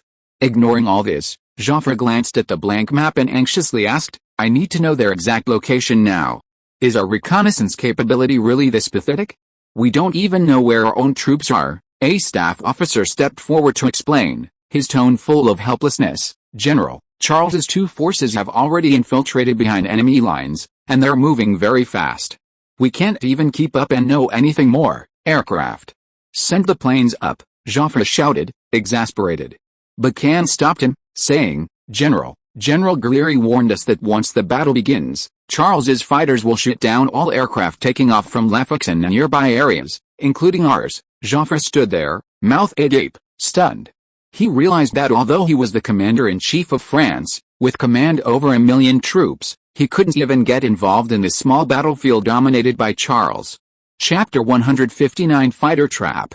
At the headquarters of the 2nd Infantry Regiment of the German Army, at the Lapis line, Commander Kalil sat at his desk, staring blankly at the map before him. The dim light above him flickered, mirroring Kalil's wavering emotions. "Any new intelligence?" Kalil asked anxiously as his staff officer, Wolf, approached. Wolf shook his head helplessly. "Our telephone lines with Lucy and Hammond have been cut. They only managed to send a few telegrams to General Waldeck requesting reinforcements before losing all contact." Kalil turned his gaze back to the map and asked in a muffled voice, "What are General Waldeck's orders?" "Awaiting orders," Wolf replied. "The general has already sent reinforcements to those two areas. They will ascertain the situation and then plan their next move." This was General Waldeck's command style. He always conducted thorough intelligence gathering before making decisions, a prudent approach. But Kalil felt that while this method might work against others, it could potentially miss the opportunity in a surprise attack on Charles. "Have you considered?" Kalil pointed to the two attack points on the map, his voice tinged with worry. "If Charles' forces could quickly break through from these 2 points and then encircle and annihilate our rear, it might only take 2 hours to completely end this battle." Wolf's expression changed slightly. He understood what Kalil meant. Lapis, and Lucy, and Tammen roughly formed a triangle, each more than 10 kilometers apart. If Charles' forces had already broken through Lucy and Tammen and were advancing towards each other, at a speed of 3 kilometers per hour, they could converge and completely encircle Lapis in just over 2 hours. However, is that even possible? Wolf's face was uncertain. "I mean, a swift breakthrough at Lucy and Tammen. Each of those places has several thousand defenders, with trenches and barbed wire, while Charles's forces total only 2,000, and now they're split in two." "You forgot Charles has tanks, Wolf." Kalil suddenly became agitated, his speech quickening involuntarily. "Charles is very likely planning to do just that. This is a battle we've never faced before. If we stay here and do nothing, we'll eventually be surrounded without firing a single shot and we'll have no choice but to surrender. Do you want that outcome?" Kalil didn't want that outcome, because he was responsible for it. It was his request that brought all the artillery from both flanks here. These artillery pieces hadn't fired a single shot, yet they might become Charles's spoils of war in the near future. How ironic. Charles slapped him hard across the face. "But what can we do?" Wolf countered. "Abandon Lapis?" Obviously not. Abandoning the position without the general's orders was tantamount to fleeing, and what awaited them was undoubtedly a court-martial. Then Wolf added, "Or send reinforcements to the flanks? That might work, but we don't even know where the enemy is." Kalil fell silent, seemingly powerless to do or change anything. But after a moment's thought, Kalil slowly said, "We have artillery, Wolf." "Plenty of artillery." Wolf was taken aback. "But what can artillery do?" Kalil pointed behind him, firmly stating, "If Charles intends to concentrate his troops behind us, then our artillery, of course, must aim its cannons at the rear." Wolf stared at the map for a while, then nodded slightly in agreement with Kalil's plan. Another advantage of this was that if Charles's troops did form an encirclement in the rear, the Germans might be able to use artillery to create an opening for a breakout. With Kalil's order, the artillery sprang into action. Colonel Miller, commander of the 6th Artillery Regiment, directed his troops to pack up the cannons, and grooms brought over wagons, mounting the cannons one by one and driving them towards the road. To improve the mobility of their 105 mm artillery, the Germans optimized the configuration of the guns and wagons. They added a simple wagon between the guns and horses, capable of seating 3 artillerymen. During transport, the 6 artillerymen could be divided as follows: 2 sat in front of the gun shields, 3 rode in the wagon, and 1 acted as the driver. Simply attach the gun to the wagon, and the artillerymen, each in their assigned position, could then transport the guns and crew to their destination at 8 kilometers per hour. The well-trained German artillery was ready in just over 10 minutes. A regiment of 36 guns, along with horses to transport ammunition, set off one after another onto the road, heading towards their destination in the rain. However, just as they were about to pick up speed, thinking everything was going smoothly, a rumbling sound, like low thunder, suddenly filled the sky. "Airplanes!" someone in the German ranks shouted. The artillerymen looked back and, sure enough, saw over a dozen Avro aircraft approaching. A gasp escaped their lips. Those were the aircraft the Germans called the Grim Reapers of the Sky. Colonel Miller shouted, "Disperse! Take cover!" But after the order was relayed, everyone froze when they looked to either side. One side was a steep slope over 20 meters high, the other side was farmland flooded by rain. There was nowhere to escape. Colonel Miller's face turned pale. He realized that the French planes had likely already chosen their position and were waiting overhead. Colonel Miller was right, this trap was set by Charles specifically for the German artillery. Now that I've lured the German artillery to Lapis, there's no way I'll let them go back and break the encirclement, Charles confidently told Gallieri about his plan. But what can you do? Gallieri asked. The German artillery only needs to move back a few kilometers to aim at you, and your infiltrating forces have no artillery to suppress it. Aircraft, General, Charles replied calmly. We have aircraft, Gallieri smiled and countered. You plan to use rocket planes to bomb their well-hidden artillery positions? I don't think that will be effective. It wasn't just a matter of rockets getting damp in the rain, there was also the issue of visibility, making it difficult for pilots to spot camouflaged artillery on the ground. Charles smiled slightly and replied, what if their artillery isn't in artillery positions, but rather lined up in neat formations on the road? Gallieri suddenly understood. He gave a thoughtful hum, his eyes flashing with approval. That would make things much easier. What Charles needed to do was first have the pilots scout out the approximate location of the artillery, and then send a few reconnaissance planes to monitor their movements. Once the artillery had concentrated, driven onto the road, and reached the pre-designated ambush zone, it would be time for the first air group to launch its attack. The image above shows the German Army's horse-drawn artillery and artillery configuration. Note, for readers who cannot see the image, I contacted customer service. Customer service replied that it can be viewed on iOS, and their method is as follows. Mingian 2024-06-13 hours, 26 minutes, and 35 seconds. You can ask the reader to contact online customer service through the Kidian app, providing a screenshot for us to check, or ask the reader to check if the illustration viewing settings are turned off in the book's display settings. Chapter 160. You are free. Rat-a-tat-tat, dot. An avar swooped down from the rain with a whistling sound, machine gun bullets carving two streaks of water across the paddy fields, heading straight for the road. At the point where they met, the water sprayed the blood of several German soldiers before quickly rising again. It seemed to have misjudged the timing. This strafing only caused a small ripple in the German ranks. German artillerymen shouted and jumped from their vehicles, raising their rifles and pulling the triggers, attempting to cover the convoy's retreat. But these sparse bursts of bullets had almost no effect on the aircraft. Hitting a target flying rapidly in three-dimensional space with a rifle is extremely difficult, and even if it does, the damage is extremely limited, unless it happens to hit the pilot or engine. Soon, another plane swooped down, seemingly learning from the previous experience, adjusting its angle in midair and diving along the road. Rat-a-tat-tat, dot. Bullets ripped through the air, leaving trails of blood. Instant chaos erupted as horses neighed and men screamed. The lead carriage, its horses wounded and thrown about, lost its balance and overturned, its cannon blocking the road and the path of everyone else. This forced the convoy, which had been able to move, to halt. Colonel Miller, who had hoped to escape this deadly place, looked back helplessly at another diving plane, his face showing resignation to his fate.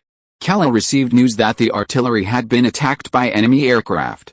Wolf seemed to believe Kallel's suspicions. The enemy seemed to be moving in the direction Kallel had predicted.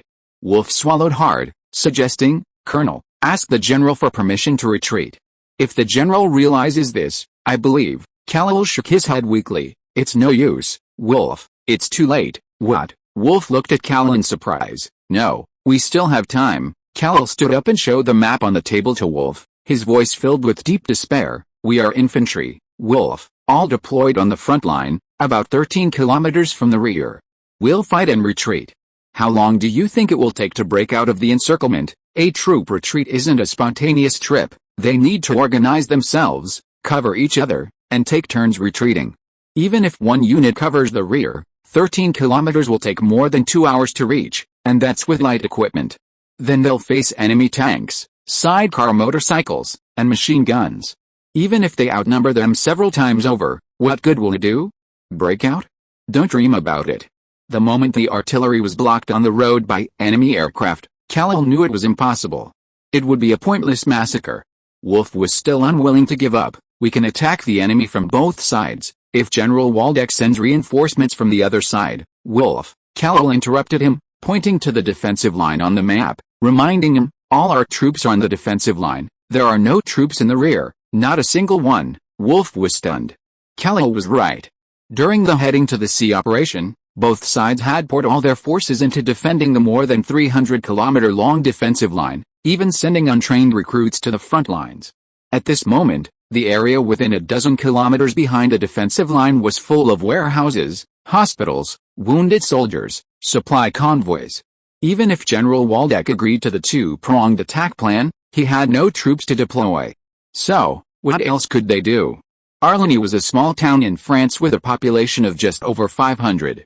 Surrounded by flat terrain, it had never been considered a strategic location. But today was different. Its location was directly behind the La Fox region. As long as it was captured, the La Fox region could be completely encircled. It was afternoon, raining, and planes roared overhead. Gunfire and artillery fire echoed intermittently from the western front, forcing residents to stay indoors or even hide in basements. Some of the bolder ones couldn't resist venturing out for some fresh air, exchanging greetings across the road. Is everything all right, Mr. Samuel? Very well, Mr. Lonazzi, Samuel replied politely. But this wasn't the truth. Samuel sighed inwardly and fell silent. Last night, several Germans had broken into his house, having learned from someone that he was the mayor of the town. If you were the mayor, things would be much simpler. A German lieutenant looked at Samuel with an elegant, benevolent expression. As you know, the soldiers at the front are fighting to protect the town, and they lack supplies. I hope you can take charge of some of the supplies. The German lieutenant's face flashed through Samuel's mind again. He appeared harmless, speaking as if to his own people, but his right hand rested on his pistol case, ready to draw it and pull the trigger at any moment. Samuel couldn't help but curse, these bastards, they occupy our land and expect us to give them food, but what could he do? Samuel didn't know how to tell the townspeople about this. They would think he was a German spy and might even burn his house down.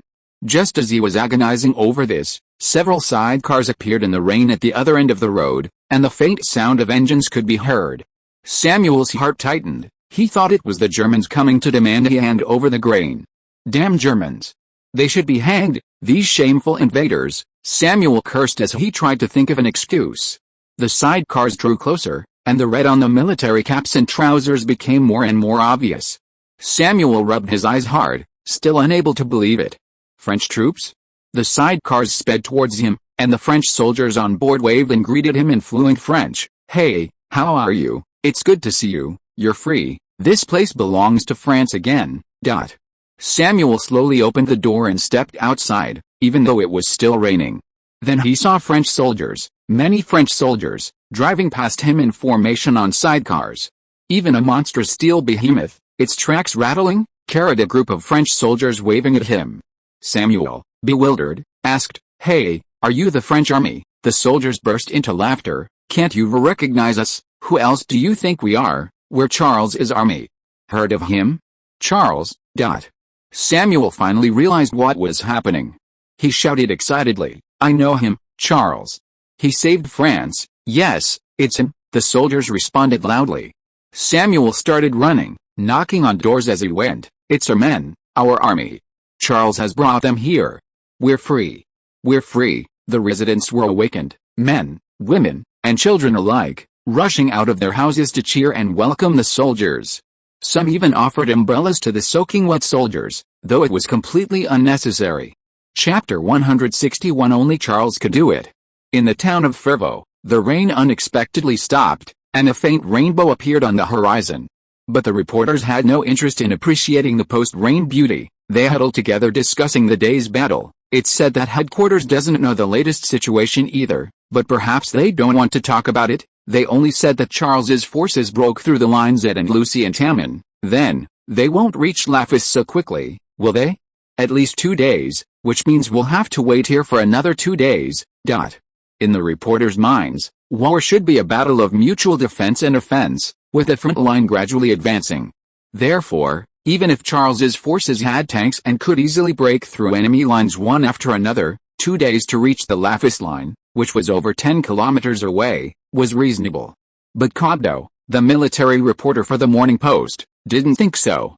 He knew that battlefield affairs couldn't be thought of this way, Both sides' forces were now concentrated on this long defensive line, leaving their rear very vulnerable. It was like an egg, hollow inside except for the hard outer shell. Once a part was breached, like piercing the hard shell to reach the hollow interior, Cobdo even believed that if fuel and ammunition supplies could keep up, this force could fight all the way to Berlin. Of course, Charles's target wasn't Berlin but Laffix, so the battle might be over in a few hours. Cobdo didn't share these thoughts with his fellow journalists, who were also his rivals. He would occasionally raise his binoculars to look in the enemy's direction. There was no rain, but nothing could be seen except for the faint outline of their own trenches and soldiers moving about. Cobdo pulled his assistant, Swan, aside. Cobdo wanted to get closer to the front lines to cover the story, so he wouldn't miss any potential opportunities, but Swan felt it was too dangerous. "You don't know what this means," Cobdo said anxiously. "We might get the first-hand information, hours ahead of everyone else, enough for us to publish a special issue, or maybe not," Swan said incredulously. "If we did, headquarters should be making a move." "And those soldiers?" Swan nodded at the passing patrol. "Look at them. Any signs of victory?" "Victory doesn't happen suddenly, Cobdo. There are always signs. That's because they don't know," Cobdo explained anxiously. "Nobody realizes how fast this battle will go, but it might be much faster than we think," but Swan still shook his head. Just as Cobdo thought, Joffre's command hadn't expected it, nor had the soldiers on the front lines in the trenches opposite the Germans. Joffre and his staff were still guessing where Charles's troops were. The soldiers on the front lines were on high alert, worried that the Germans would attack them at this unexpected moment. However, suddenly, a white flag slowly rose in the German trenches, waving cautiously a few times to attract the attention of the other side. "No firing! No firing!" Colonel Kurt shouted the order, assuming it was a messenger from the Germans delivering a message. However, when he saw that it was a German officer, and a colonel at that, he knew things weren't as simple as they seemed. "We surrender, Colonel," the German officer said in broken French, his face full of helplessness. "What?" Colonel Kurt was taken aback, asking in confusion, "How many men?" Khalil stared incredulously at the equally incredulous French officer before him.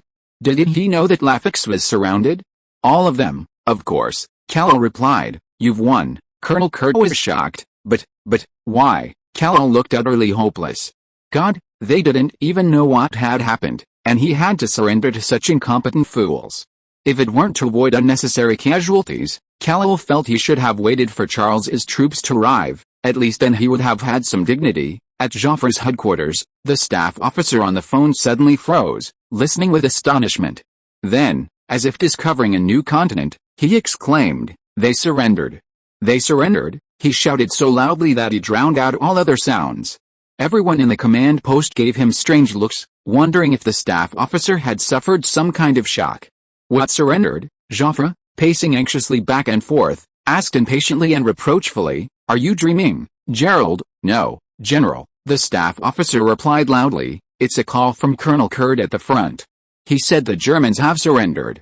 Charles's troops have captured Alani and successfully joined forces there. The Germans have no choice." The command post fell silent for a moment, then suddenly erupted in cheers.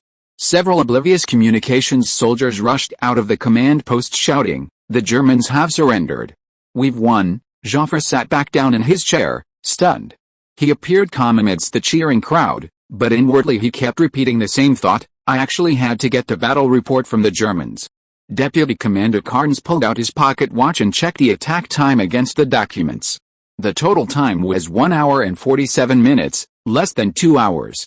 From the start of the attack by Charles's troops until now, less than 2 hours had passed, and a force of only 2,000 men had successfully recaptured Laffix.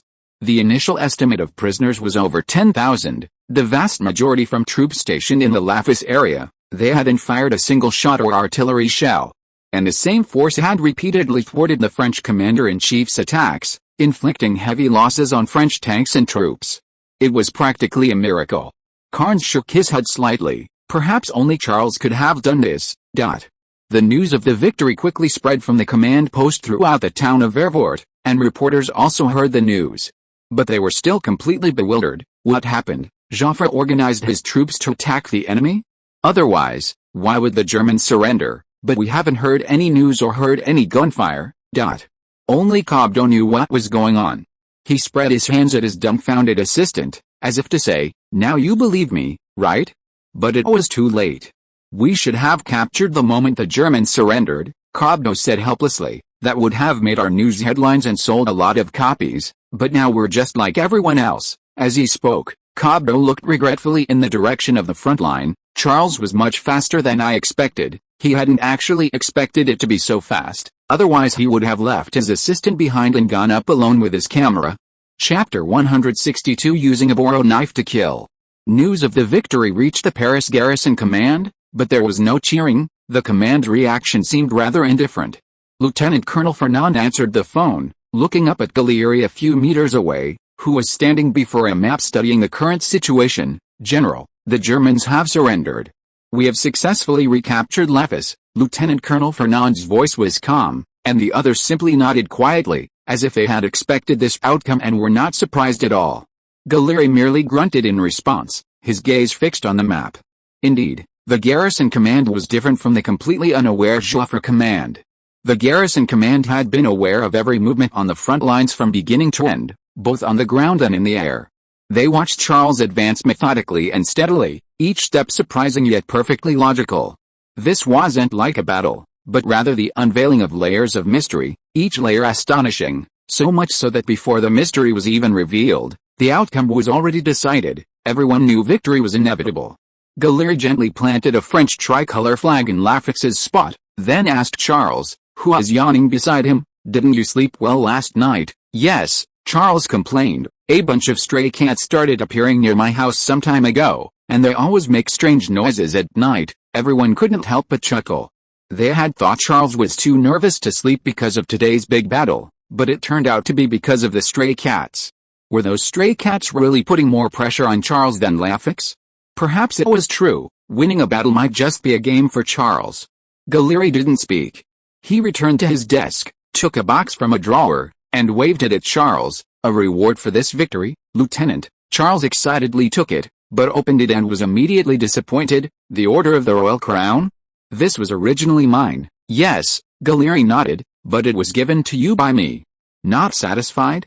I can return it to Albert I for you. Just say you refused." Charles rolled his eyes. The old man was indeed a miser, a master of the borrowing flowers to give to the Buddha trick.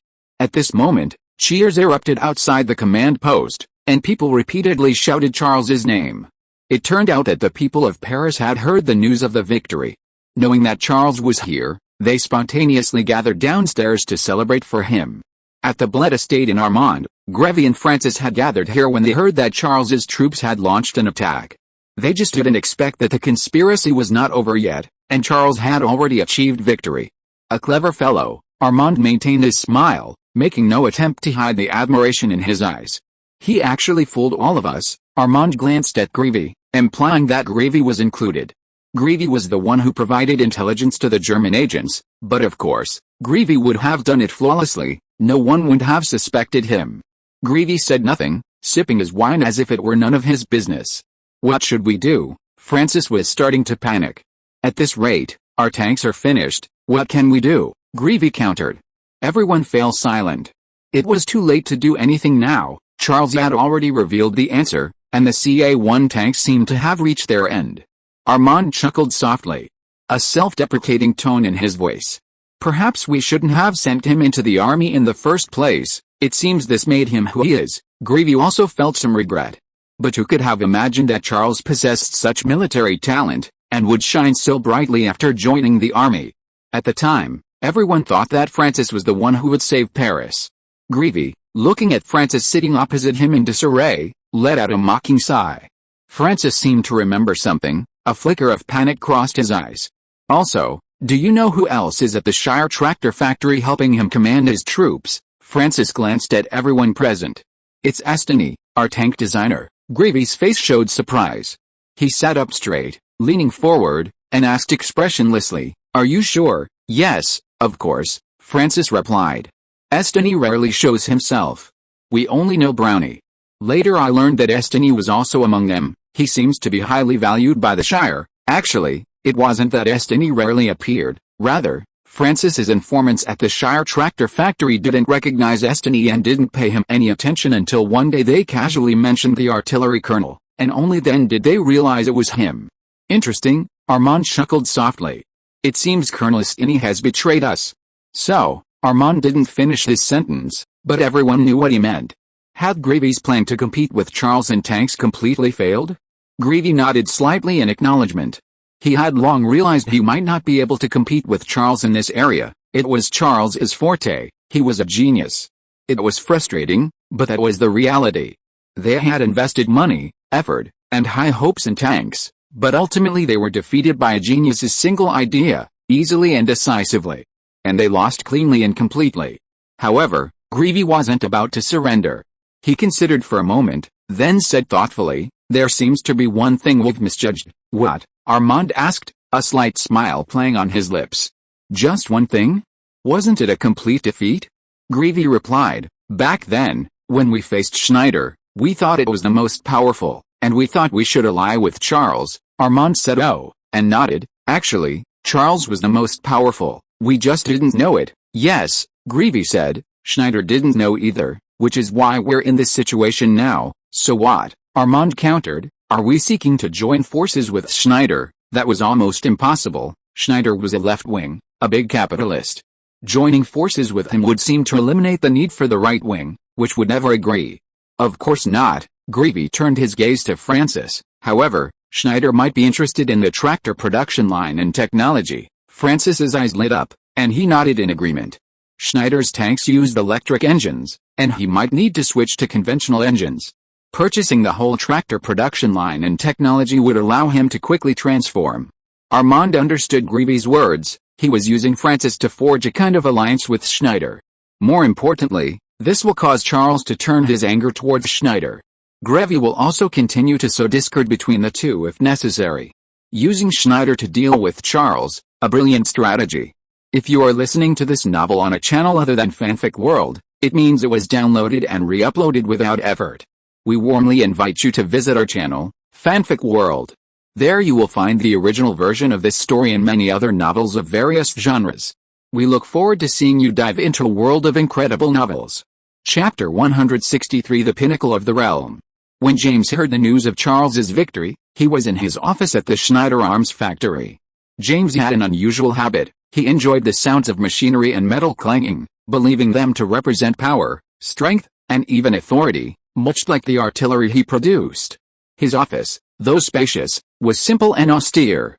Besides the essentials like desks, chairs, lamps, and bookshelves, there was a small, open-plan meeting room with a model of a 75mm cannon on an oval table. Understated, plain, and lacking in refinement, there were few entertainment or relaxation amenities. James liked this style. He believed it constantly reminded him to maintain his drive, the foundation for a company's long-term healthy development. At that moment, James sat at his desk, casually flipping through several photographs of Charles's Marka tanks. James couldn't understand how this ugly monster could pose a threat to the St. Chamond and become its strongest and only competitor. Could it really win on the battlefield? Although James always outwardly showed disdain, a sense of unease lingered within him. That was Charles.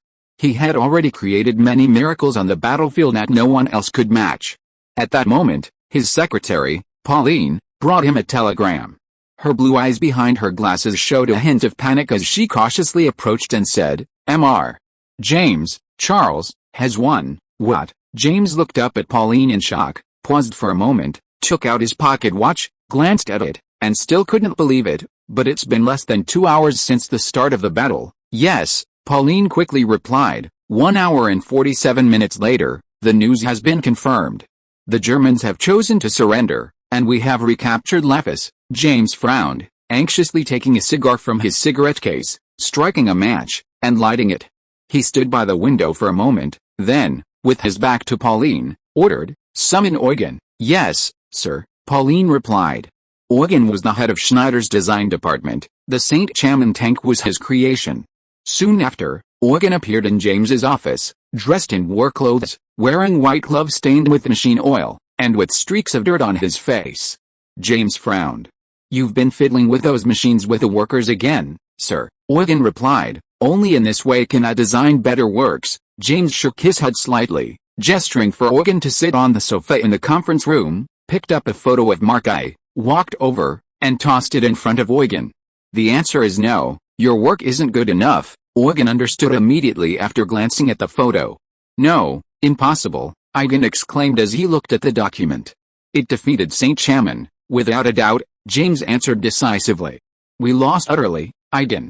Charles won in just 1 hour and 47 minutes, using this very tank. Our tanks, on the other hand, lost 43 and couldn't advance an inch, not even a tiny step. Most of them were stuck on the road. Eugen considered for a moment, then looked up at James. I need more information, sir. Can you provide this information about the entire operation? James glanced at his secretary in the cubicle. The secretary understood and immediately brought a document to Eugen. This is information we obtained from reporters. The specific data needs further confirmation. Thank you, Paulina, Eugen said absent-mindedly, taking the document and opening it. He read it for over 10 minutes, while James waited patiently without disturbing him. This was James's way of managing people. If James thought someone was useful, he would give them sufficient freedom and respect, which he believed was sometimes more important than a high salary. The most difficult people to serve in this world are talented individuals. He once considered recruiting Charles into his service, but James believed that Charles was not the kind of talent who would willingly submit to others. Charles's talent was meant for his own use. He was a natural rival. Eugen let out a long sigh, closed the file, and stared blankly into the void before him, seemingly digesting its contents. Well, James asked, any ideas? He's a man who can design and fight, sir. Eugen's face showed a strange expression. He's familiar with the battlefield, knows what the battlefield needs, and then designs his tanks according to the needs of the battlefield. The tanks seem to be tailor-made for his tactics. This Charles is a genius in both aspects. James nodded with a no. He also saw this point. The reason we lost is because we don't know how to fight. You could say that. Eugen readily admitted this. Our understanding of equipment is mostly limited to workshops and blueprints, but these are things used on the battlefield, which leads to a serious disconnect between design and reality. As he spoke, Eugen picked up a picture of the Mark-I and waved it. But Charles's tanks are simply born for the battlefield. They achieve a perfect balance. Although they don't have cannons, they exert maximum combat power. Is it possible for us to defeat him? James asked. Should we find some soldiers? Or send you to the army to experience it? The last sentence was actually a joke, but Eugen took it seriously. If necessary, it certainly can be done that way. How can you design something for the battlefield without seeing it firsthand? James shrugged. He'd forgotten that Eugen was just like that. He always wanted to experience things firsthand for the sake of designing, regardless of the cost. Perhaps we don't need to do that. Paulina leaned out from her secretary's office. We can try a simpler method. What method? James asked curiously. Paulina stepped forward in her high heels, pointing to a photo of the Mark-I, and said, I'm not sure if this method is feasible, but, if the Charlemagne tanks were designed for the battlefield, hasn't it already shown us the design principles and directions for tanks used on the battlefield? We can't copy it, but we can improve upon its ideas. She paused, then opened a file, pointing to the data, and added, for example, we should replace the electric drive engine. It's 5 tons heavier than a traditional engine, but its effectiveness is very limited. There's also the issue of armor thickness. The idea of thicker side armor on the Saint Chamon might be wrong. James and Eugen exchanged a glance, both seeing agreement and surprise in each other's eyes. Paulina was right. The design principles and directions were already out in the open, no secret, but they hadn't noticed. James then thought of Francis's nearly bankrupt tractor factory and the Hort 120 that was about to roll off the production line in Britain. The former could provide basic technology and workers, while the latter could allow Schneider to take it a step further. Easily surpassing Charles' Hort 75, money isn't something James needs to consider. What he needs is to stand at the top of the field, to defeat Cheryl. Thanks to Reading and Reflecting on Life, Super Legend Bro, Book Friend 20245272058372250, Mkill, Stubbornness of a Small Stage, Where Are You, Yarn, and Book Friend 20220807084628363 for their generous donations. Thank you very much. Chapter 164 Celebrating the Triumph.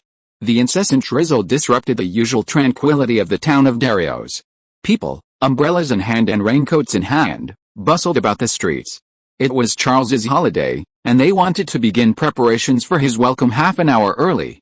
This was the mayor's idea. He believed that Paris had repeatedly organized welcoming ceremonies for Charles, and Dario's, as his hometown, deserved an even grander. Grander seemed unrealistic, but at least more solemn and enthusiastic.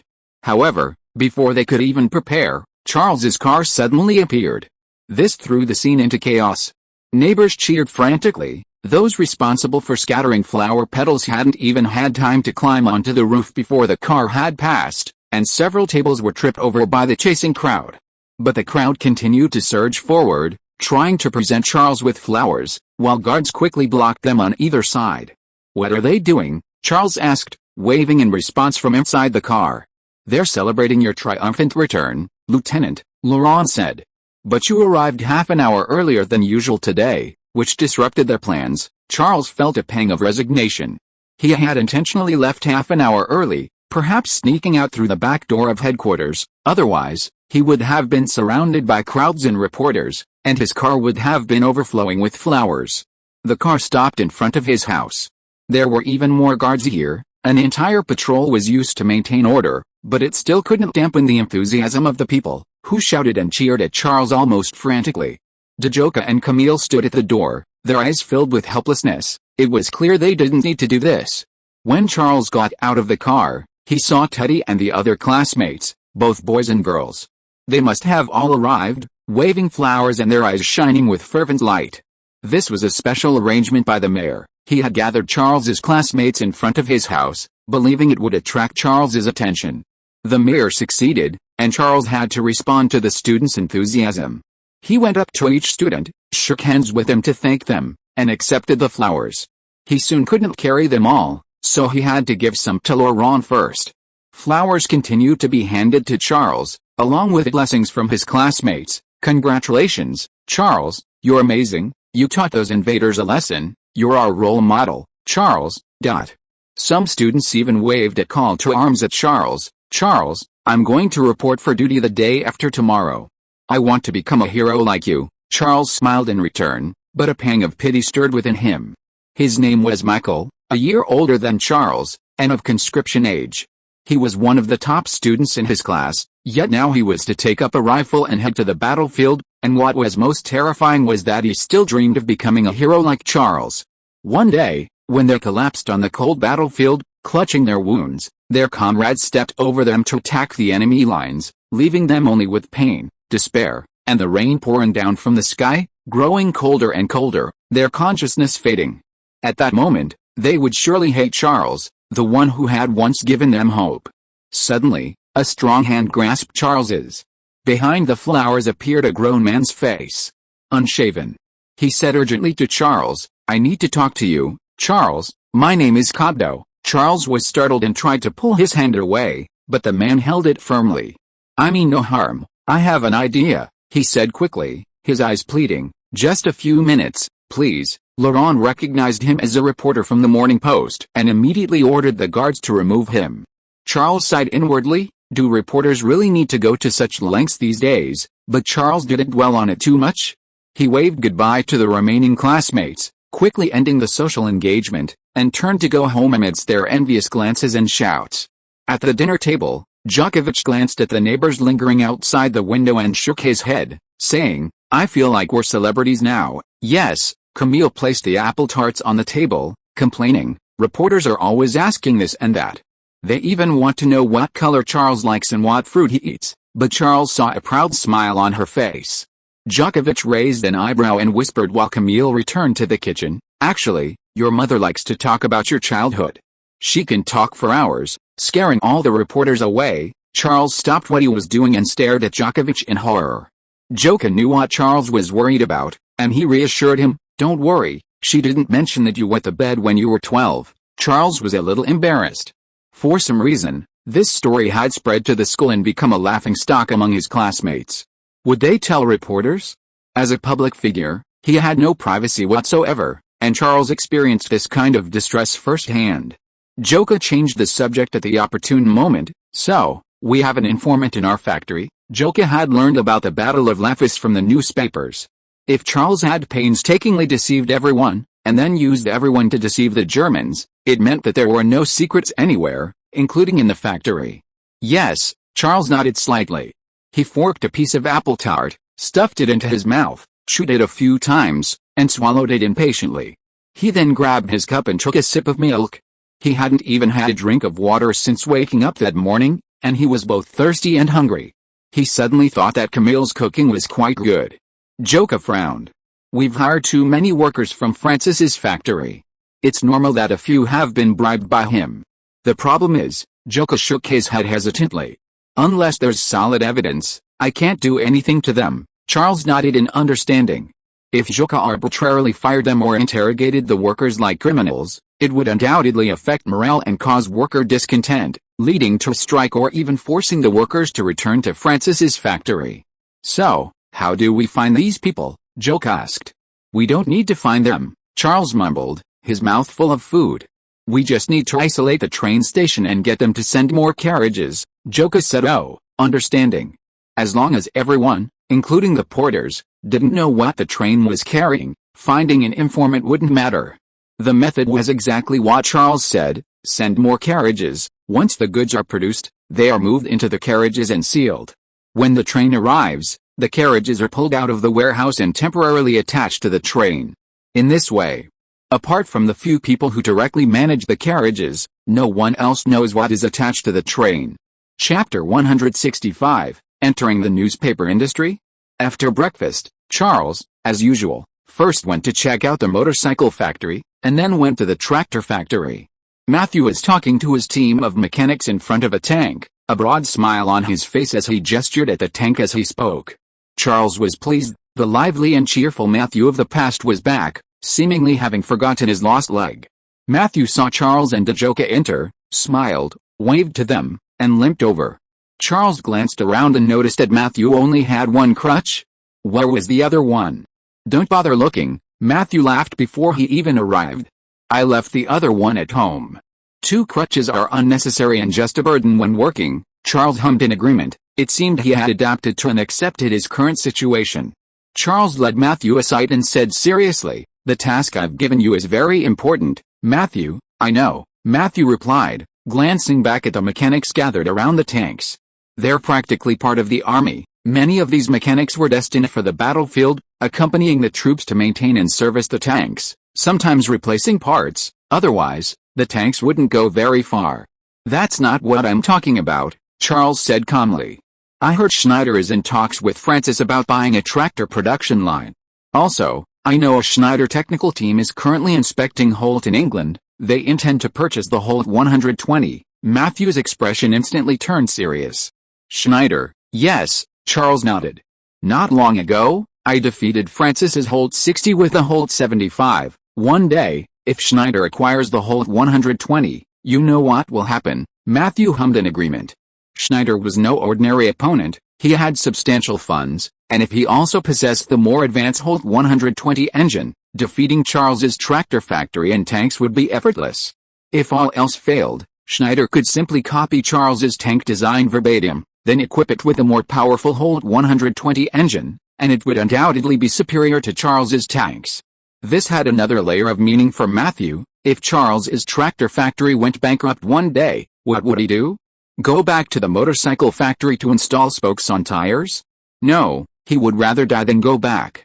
The tractor factory was his life, the meaning of his existence, everything he owned. What should we do? Matthew asked, his gaze resolute. He was determined, no matter who the opponent was, he would teach them a lesson, show them that Matthew was not to be trifled with. The engine, Matthew, Charles said. That's the heart. The Holt 120 has 120 horsepower, while the Holt 75 only has 83. That's the difference. Charles deliberately concealed the fact that the Holt 120's engine weighed 1.3 tons, while the Holt 75 weighed about 1 ton. Their power-to-weight ratios were roughly the same, around 0.9, with the Holt 120's being slightly higher, but not significantly. But to Matthew, these figures represented the difference between 120 horsepower and 83 horsepower. I know what to do, Matthew nodded. Improve the engine, give it more horsepower, yes, Charles added, or reduce the engine's weight while maintaining the same horsepower. That's also progress, Matthew nodded. I'll give you a satisfactory answer. He turned and walked towards his team, eager to get to work immediately. Schneider was not an easy opponent to defeat. Just as a triumphant smile crept onto Charles's lips, a worker unexpectedly stepped forward and shook his hand. Charles, I need to talk to you. Charles recognized him immediately. It was the same reporter who had earlier mingled with his classmates to present him with flowers.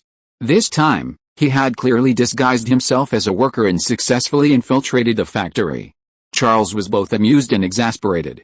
For a bit of news, this reporter had been turned into a spy. All right, Charles said helplessly, what do you want to know? No, the reporter clarified, you misunderstand, I'm not here as a reporter. Then what is it? Charles asked. Your own media, Charles. The reporter's eyes gleamed with anticipation. Have you considered owning your own media? Charles was taken aback. The reporter's words seemed to make sense. Capitalists mostly own their own media, such as the right-wing Le Figaro, and the left-wing Le Petit Le Medici, Le Monde, Le Petit Paris, and so on. It wasn't just about making money, they didn't care about the profits from newspapers. What they wanted was the power of discourse, which could be used as a weapon to create momentum in the public eye when necessary. Now is the time for you to have your own media outlet. The reporter glanced around nervously, quickening his pace. Think about it, your popularity and prestige, and the achievements you've made on the battlefield, all of these need to be solidified by the media. Otherwise, the media will peel away their layers bit by bit, and after a while, nobody will know you. Charles nodded slightly in agreement. Before the Battle of Lafis, the newspapers suddenly shifted their tune, questioning Charles. Although Charles hadn't done anything wrong, they had still planted seeds of doubt in the public's mind. If Charles hadn't won again and crushed this conspiracy with absolute strength, he might have been vilified by the media as worthless. What's your name? Charles asked. Cobdo. The reporter's face lit up with excitement. I used to be a reporter for the Morning Post, a military columnist, but I've already resigned. Cobdo emphasized this to show his loyalty to Charles. He didn't need to resign before successfully persuading Charles. That left him with no way out. However, the Morning Post was a media outlet controlled by Schneider. Could this be? Cobdo, with his keen insight, immediately explained, no, if Schneider wanted to do this, he wouldn't need to send one of his reporters. Charles agreed. Schneider had a wealth of talent. Sending a complete stranger wouldn't arouse Charles' suspicion. I'll consider it, Cobdo. Charles shook his hand. How can I contact you? Cobdo excitedly handed Charles a business card. My phone number is on it. I'd be happy to serve you, sir. With that, Cobdo hurriedly left. Sensing something amiss, Deoka stepped forward, watching Cobdo's retreating figure and asking, who is that? A very interesting reporter, Charles replied. Perhaps he'll become my editor-in-chief. Deoka stared at Charles in shock. Did this mean he was going to enter the newspaper industry? Chapter 166 Player or Pawn? Charles didn't rush to contact Cobdo, maintaining a necessary level of caution. He knew that venturing into the newspaper industry also meant announcing his independence, which could potentially lead to a series of problems. For example, Steed, who controlled Saint Etienne, had an unclear relationship with Charles. Did Saint Etienne genuinely intend to ally with Charles, or did they simply want to recruit him? If the former, and he already considered Charles a chess player, then there wouldn't be a problem. But if the latter, and Saint Etienne only wanted to use Charles as a pawn, they certainly wouldn't want to see him form his own faction. The newly formed alliance would then crumble, and Charles would once again find himself alone facing all the capitalists. This was a problem the military couldn't solve. Even winning a battle wouldn't change anything. Therefore, even though Charles did need a media outlet now, he still believed the time wasn't right. After careful consideration, Charles decided to wait until Saint Etienne couldn't do without him before making any plans in this regard. He planned to call Cobdo later to discuss the matter, and Charles would arrange a job for Cobdo, hoping to use him to further develop the newspaper business if the opportunity arose. However, an opportunity changed Charles's mind.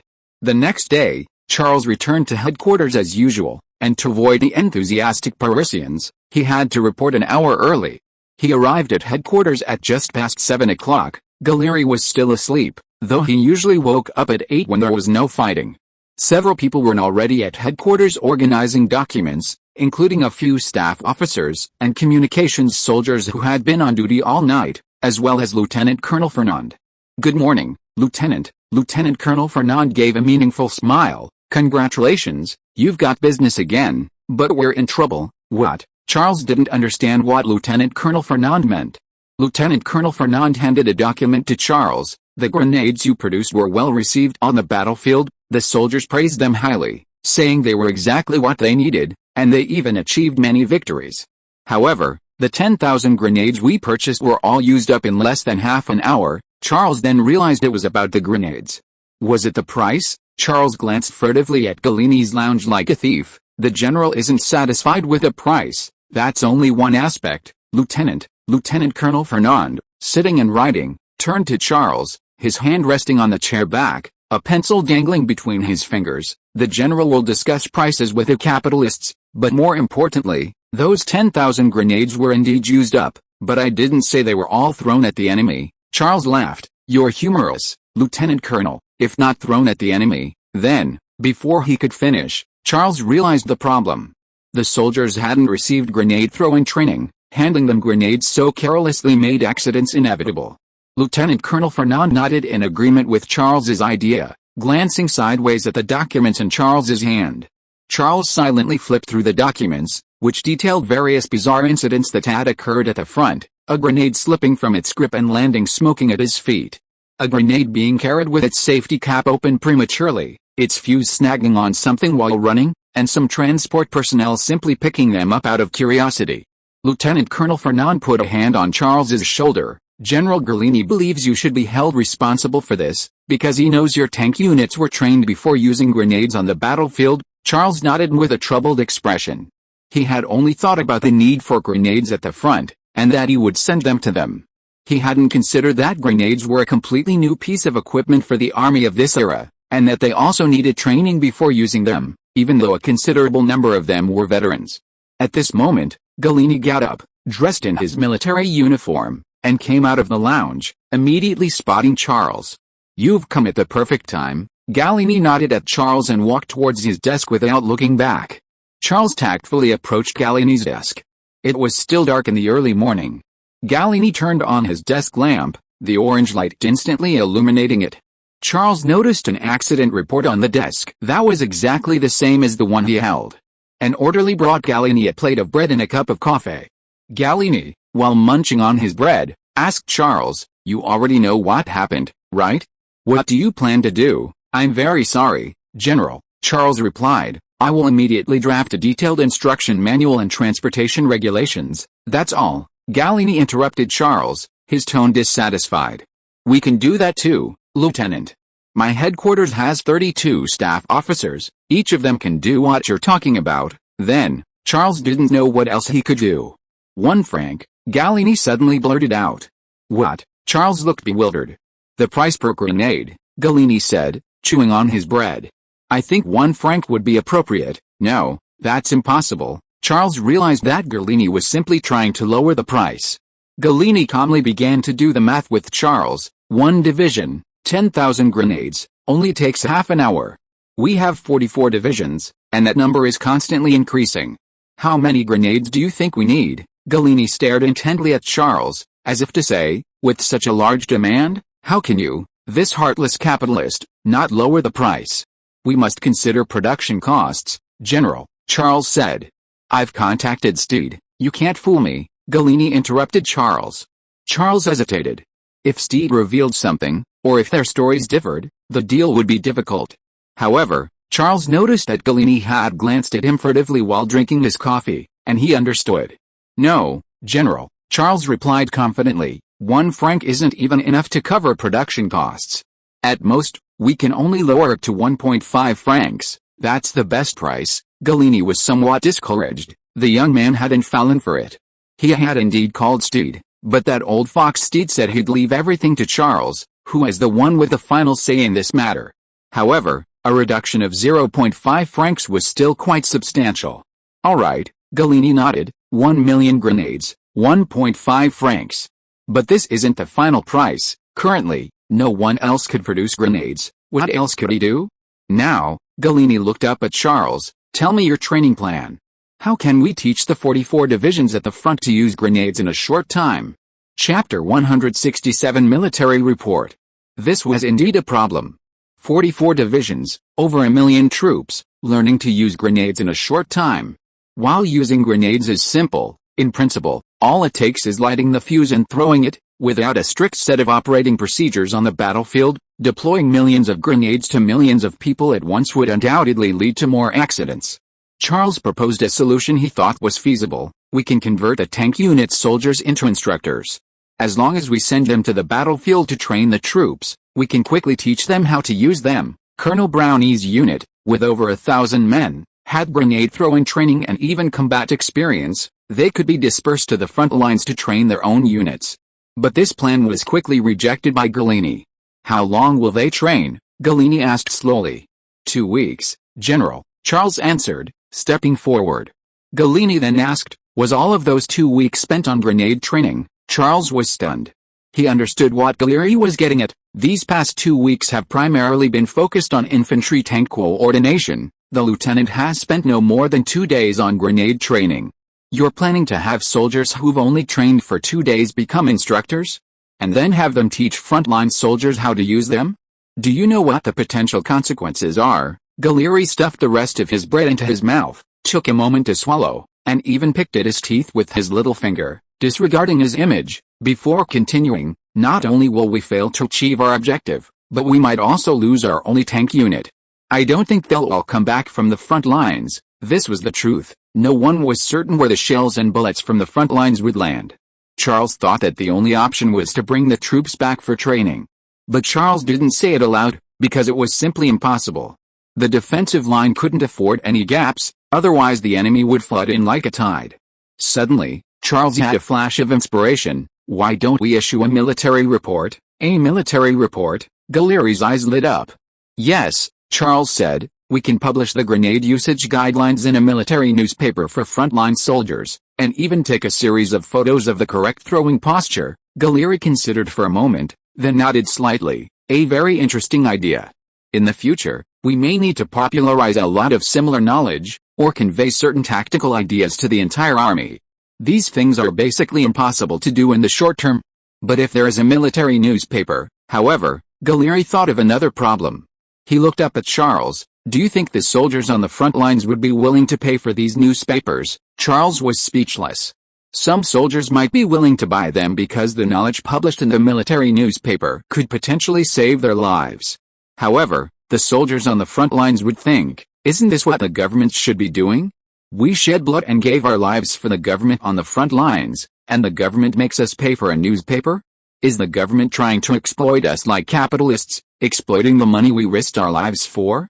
But what if the military simply waved its hand and said, "Free of charge"? Another problem arose: 1,000,000 copies to be published daily, each costing 2 centimes, would amount to 10,000 francs. 10,000 francs a day. "All right, this won't work." Charles rejected the plan with a dejected look. This wasn't true. Charles knew this was the only effective and quickest way to solve the problem, and he also knew Gallieni wouldn't give up easily. Sure enough, Gallieni fell for it. Gallieni considered for a moment and said, "No, this might work. We might not even recoup the costs." Charles objected. No one would be willing to do this. Actually, Charles was willing to do it this way. It wasn't about the money, but about something more important: the power of discourse, especially the power of discourse directed towards the military. Even a slight bias could provoke a huge reaction from the military. This was power, the influence the right wing dreamed of having over the military. But military newspapers weren't something anyone could run. Without military connections, it was virtually impossible to get involved. "If," Gallieni said thoughtfully, "if we're not just targeting the military, but also the general public." "The general public?" Charles feigned confusion. "The public doesn't want to see how to throw grenades." Gallieni turned to Charles, a strange look in his eyes. "But what if there's the latest news about Charles?" "Our military newspaper will definitely have the latest news about Charles, right? And it'll be quite accurate. I believe the public will be very interested in that." Charles was taken aback. He hadn't considered this. He had only thought that the military newspaper could also publish information about military life, battlefield conditions, etc., and many military families would want to know about the front lines from the newspaper. Who would have thought that Gallieni was planning to use Charles as a publicity stunt? However, this coincided with Cobdeau's idea. to use Charles' popularity and prestige to prop up a newspaper. At the same time, it was a military newspaper with a military background, so it wouldn't attract too much attention and push Charles to the front lines. Perfect. I suppose so, Charles said calmly. If we don't consider the issue of leaks, Lieutenant Colonel Fernand will tell you what constitutes a leak and what doesn't, Gallieni interrupted Charles. What do you mean? Charles feigned surprise. General, you wouldn't be. Perhaps only you can do this, Lieutenant. Gallieni spread his hands. No one else has the experience or resources in this area. Who else but you? But regarding funding, Gallieni interrupted Charles. I will apply to the council. Is publishing a military newspaper necessary? However, the funding may not be enough. I need to find a capitalist to cooperate with, Charles asked cautiously. The capitalist you're talking about isn't you, Charles. You guessed right, Lieutenant. Gallieni straightened up, a smile on his face. I guess he'd be willing to cooperate with us.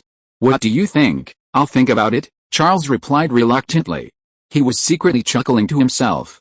This old fox thought he'd pulled off a clever scheme, managing to do everything by paying a small amount. He hadn't expected Charles to have the same idea, pay a small amount and gain majority control. Why not? Charles wouldn't be comfortable without paying. That would mean Charles wouldn't own any shares, wouldn't have control, and would be purely working for the military newspaper. By the way, General, Charles added, if we need assistance from outside the military, is that a problem? Gallieni replied impatiently, then issue him a conscription order. Charles grunted. It was a simple and direct solution. Chapter 168. Was this really a wise choice? The 19th arrondissement of Paris is synonymous with poverty and chaos. The sky is always overcast, perpetually filled with smog of unknown origin, and the air is thick with an unsettling odor. The only saving grace is that these odors are constantly changing, sometimes even carrying a pleasant fragrance, giving the residents a profound understanding of the multifaceted nature of life. The sounds of church bells, rain, and the clamor of the market downstairs drift into Cabot's messy single room. Awakened, he gets up and glances at the clock on the wall, 10 in the morning. He pauses for a moment, then remembers he's resigned, and slumps back onto the bed. Usually at this time, he'd be somewhere chasing trends. Now, all he can do is wait for a phone call. There's a knock at the door. Cabot turns his head slightly, immediately deciding to pretend to be out and remain silent. He guesses it's Mrs. Chloe, coming to collect the rent. Mrs. Chloe knocked on the door for a while without response, then shouted loudly from outside, I know you're in there, Cabot. If you don't pay the rent, I'll have to ask you to move out. After a pause, Mrs. Chloe emphasized again, I'll give you 3 days. Cabot closed his eyes helplessly and pulled the blanket over his head. As a journalist, perhaps he shouldn't be in such dire straits. After all, journalists have a base salary of 25 francs, with extra bonuses for accepted articles. If he was lucky, he could earn 45 francs a month, which was quite considerable. However, living in this place filled with exhaust fumes and sewage came at a price. His 8-year-old child developed asthma and needed long-term medication and treatment. To escape the terrible air, he had to send his wife and child back to the countryside. Thus, all the burdens fell on Cabot's shoulders alone. Living expenses, medical expenses, rent, electricity bills, every month, like a nightmare, relentlessly bombarded him. And yet, he resigned. Was this truly a wise choice? Or a momentary impulse that would drag his family into an abyss? The phone rang. Cabot jerked off the covers, and after confirming the ringing, he jumped up as if pricked by a needle and rushed to the phone. He was about to answer when he quickly withdrew his hand, nervously wiping his face to clear his head before cautiously answering. Disappointment immediately crept onto his face. It was Mrs. Chloe again, now using a more effective method to harass him. After hanging up, Cabot slumped to the spot, stunned for a moment, then suddenly lowered his head and burst into tears.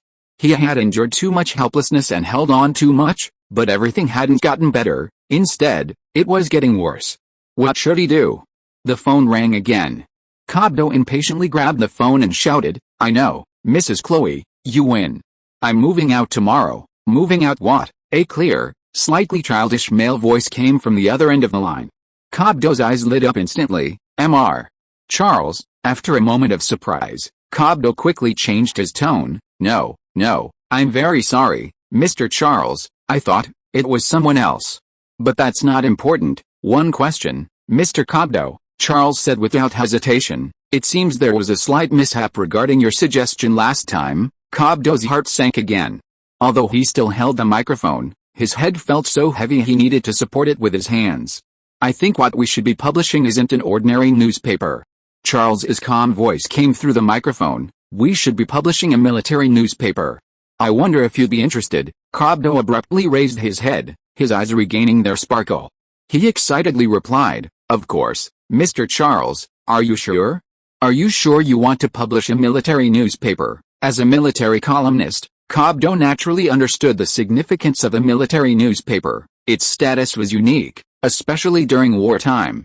The reason France didn't have a military newspaper until now was because small and medium-sized capitalists lacked sufficient financial resources and qualifications, while the qualified large capitalists saw little need for one, as they could control the army through parliament and equipment. Charles has financial resources, military connections, popularity, and prestige. He also wields considerable influence within the army, making him a promising candidate for publishing a military newspaper. Of course, Charles replied affirmatively on the other end of the phone. However, there's one more issue. If it's a military newspaper, we might issue you a conscription order. If you have any objections, no, Mr. Charles, Cobdo immediately agreed. I have no objections whatsoever. I'm honored. This was the truth. Cobdo knew very well that if he didn't accept, he would eventually receive a conscription order and become an ordinary infantryman, carrying a rifle and heading to the battlefield. Accepting, on the other hand, would bring entirely different treatment. Only a fool would refuse. Sure enough, Charles continued, if that's the case, then there's no problem. You'll be in charge of this matter. You'll become a second lieutenant, receive a 60-franc allowance, and I'll also pay you 40 francs a month as editor-in-chief's salary. There will be additional bonuses for accepted articles. If there are no problems, you can report to the City Defense Command tomorrow. I'll report this afternoon, sir. Cobdo's eyes widened. Is that all right? Of course, sir, Charles replied. We happen to have an urgent matter, the sooner the better. After hanging up the phone, Cobdo jumped up excitedly. He nervously twisted a few times to vent his emotions, then grabbed the phone again. Please connect me to Mobbavik Town, Mr. Grattan. Yes, thank you, Mr. Grattan, could you please call Elisa for me? Thank you very much. Grattan was the town's doctor. He was one of the few people in Mobbavik Town who owned a telephone. He was helpful and lived nearby, so Cobdo always contacted his wife through him in case of emergencies.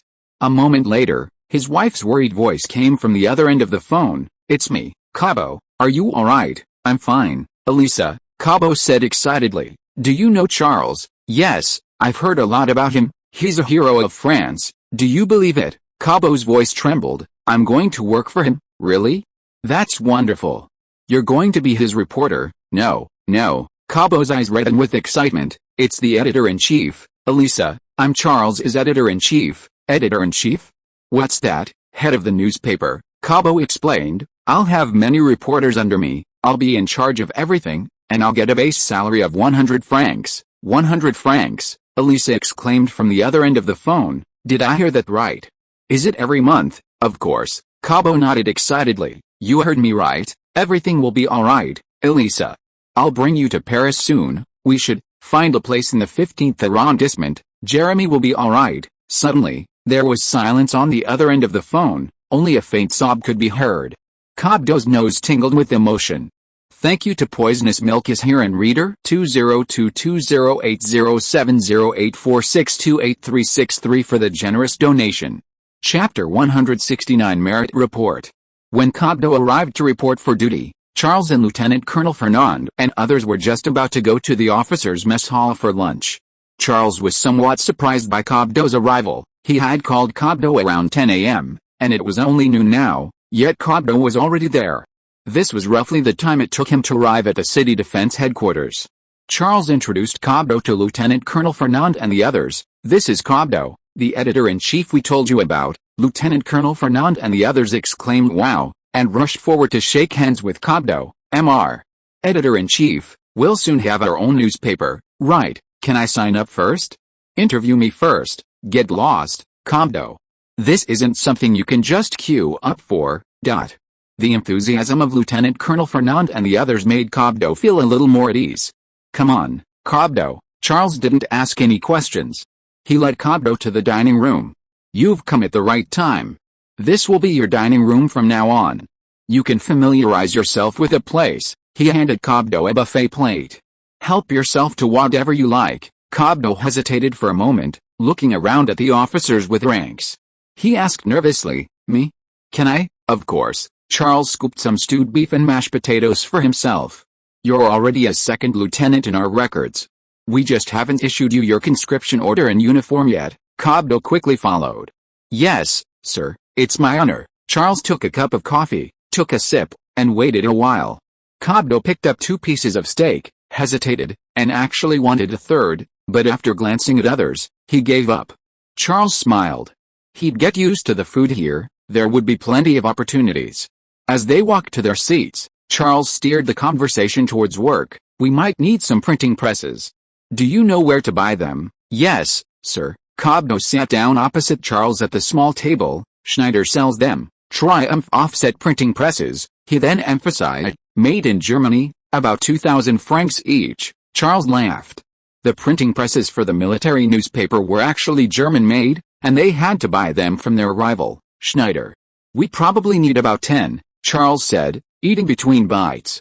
"The most urgent thing is to popularize the use of hand grenades in the army." Hand grenades? Cobdo looked up at Charles. "The hand-thrown bombs used in the attack on Lefis." "Yes." Charles was somewhat surprised by Cobdo's good information. Many people were still unaware of the existence of hand grenades. "We need to popularize them throughout the army," Charles said. "But many soldiers don't know how to use them, leading to a series of accidents. This is the first task the military newspaper must accomplish." Cobdo nodded slightly. He gradually became engrossed in his work. He skillfully sliced off a piece of steak and put it in his mouth, replying thoughtfully, "If that's the case, then 10 printing presses might not be enough to meet our needs." "What?" Cobdo explained knowledgeably. "One printing press can only print a maximum of 8,000 copies per hour. Even if 10 presses run non-stop, they can only print 80,000 copies per hour, and that doesn't even account for mechanical failures and paper allocation issues. Furthermore, we might only have 2 to 3 hours of printing time before sending the newspaper out." Charles then understood that journalists needed to collect data and information during the day, write articles, and then do typesetting, plate making, and finally printing.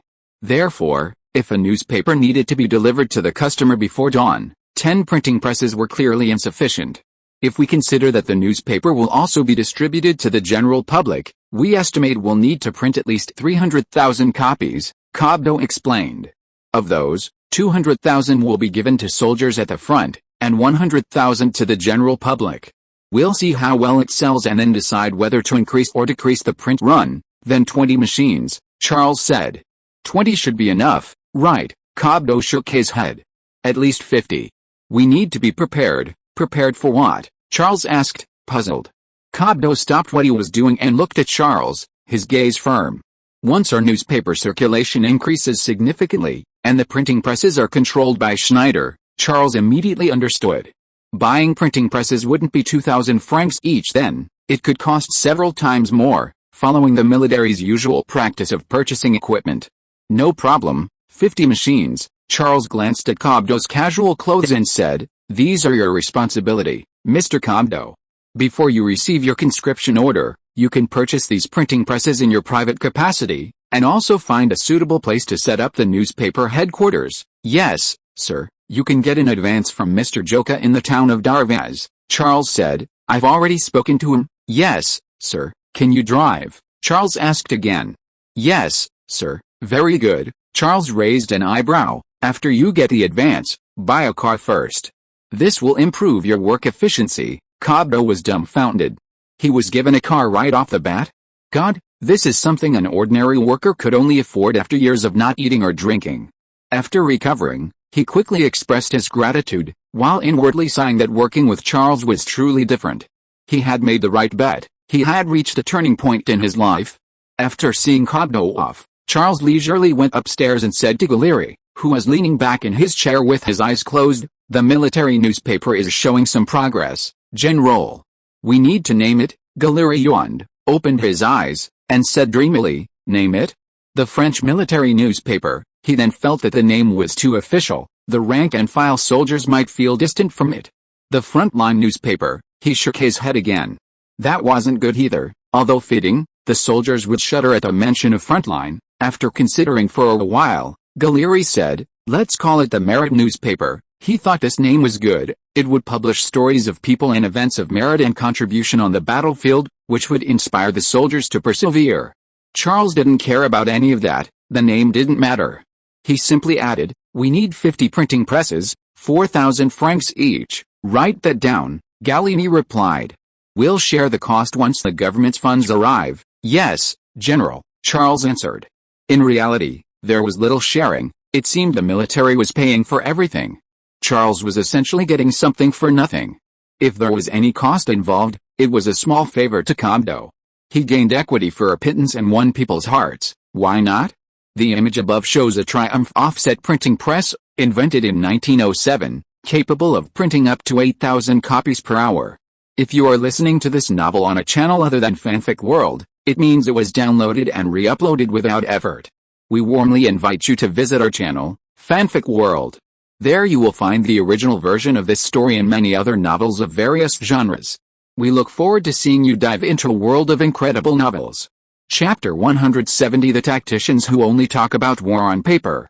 Cobdo acted swiftly, renting a factory across from Eric's aircraft manufacturing plant to set up the Honors newspaper. He chose this location for two reasons. Firstly, the 20th arrondissement, like the 19th, was a poor area, offering cheaper rent and readily available labor. Secondly, Cobdo considered Charles's perspective. With the companies clustered together, Charles could easily visit one location instead of traveling between two. Charles appreciated subordinates who were considerate and thoughtful. Galleri shared a similar attitude. Neither was particularly concerned with the newspaper itself, but rather with its potential impact on the army. The newspaper's release was a resounding success. The 200,000 copies sent to the front lines were instantly snapped up by soldiers, and the 100,000 copies sent to the public were in high demand. This was thanks to Cobdo's strategy, which even led to a dispute between them with Lieutenant Colonel Fernand. The front page headline must be the Battle of Lafis, Cobdo insisted. I don't think so, Lieutenant Colonel Fernand objected. Our goal is to teach soldiers how to use grenades. We can't treat that as secondary, Lieutenant Colonel, Cobdo countered. If you're in the trenches on the front lines, facing the constant threat of death, would you rather have a newspaper to excite, delight, and energize you, or read a dull and dogmatic tutorial and learn from it? You might be right, Lieutenant Colonel Fernand retorted. Soldiers want to see victory, but learning how to use grenades could save their lives. The point is, we must first make the soldiers like the newspaper, Cobdo explained earnestly. Only then will they be willing to read the grenade tutorial. Otherwise, even if we put the grenade tutorial on the front page, the soldiers will only use it to wipe their butts. Cobdo was looking at the issue from a journalist's perspective, while Lieutenant Colonel Fernand was considering its importance. The two argued back and forth, neither willing to give in. In the end, it was Charles who resolved the matter.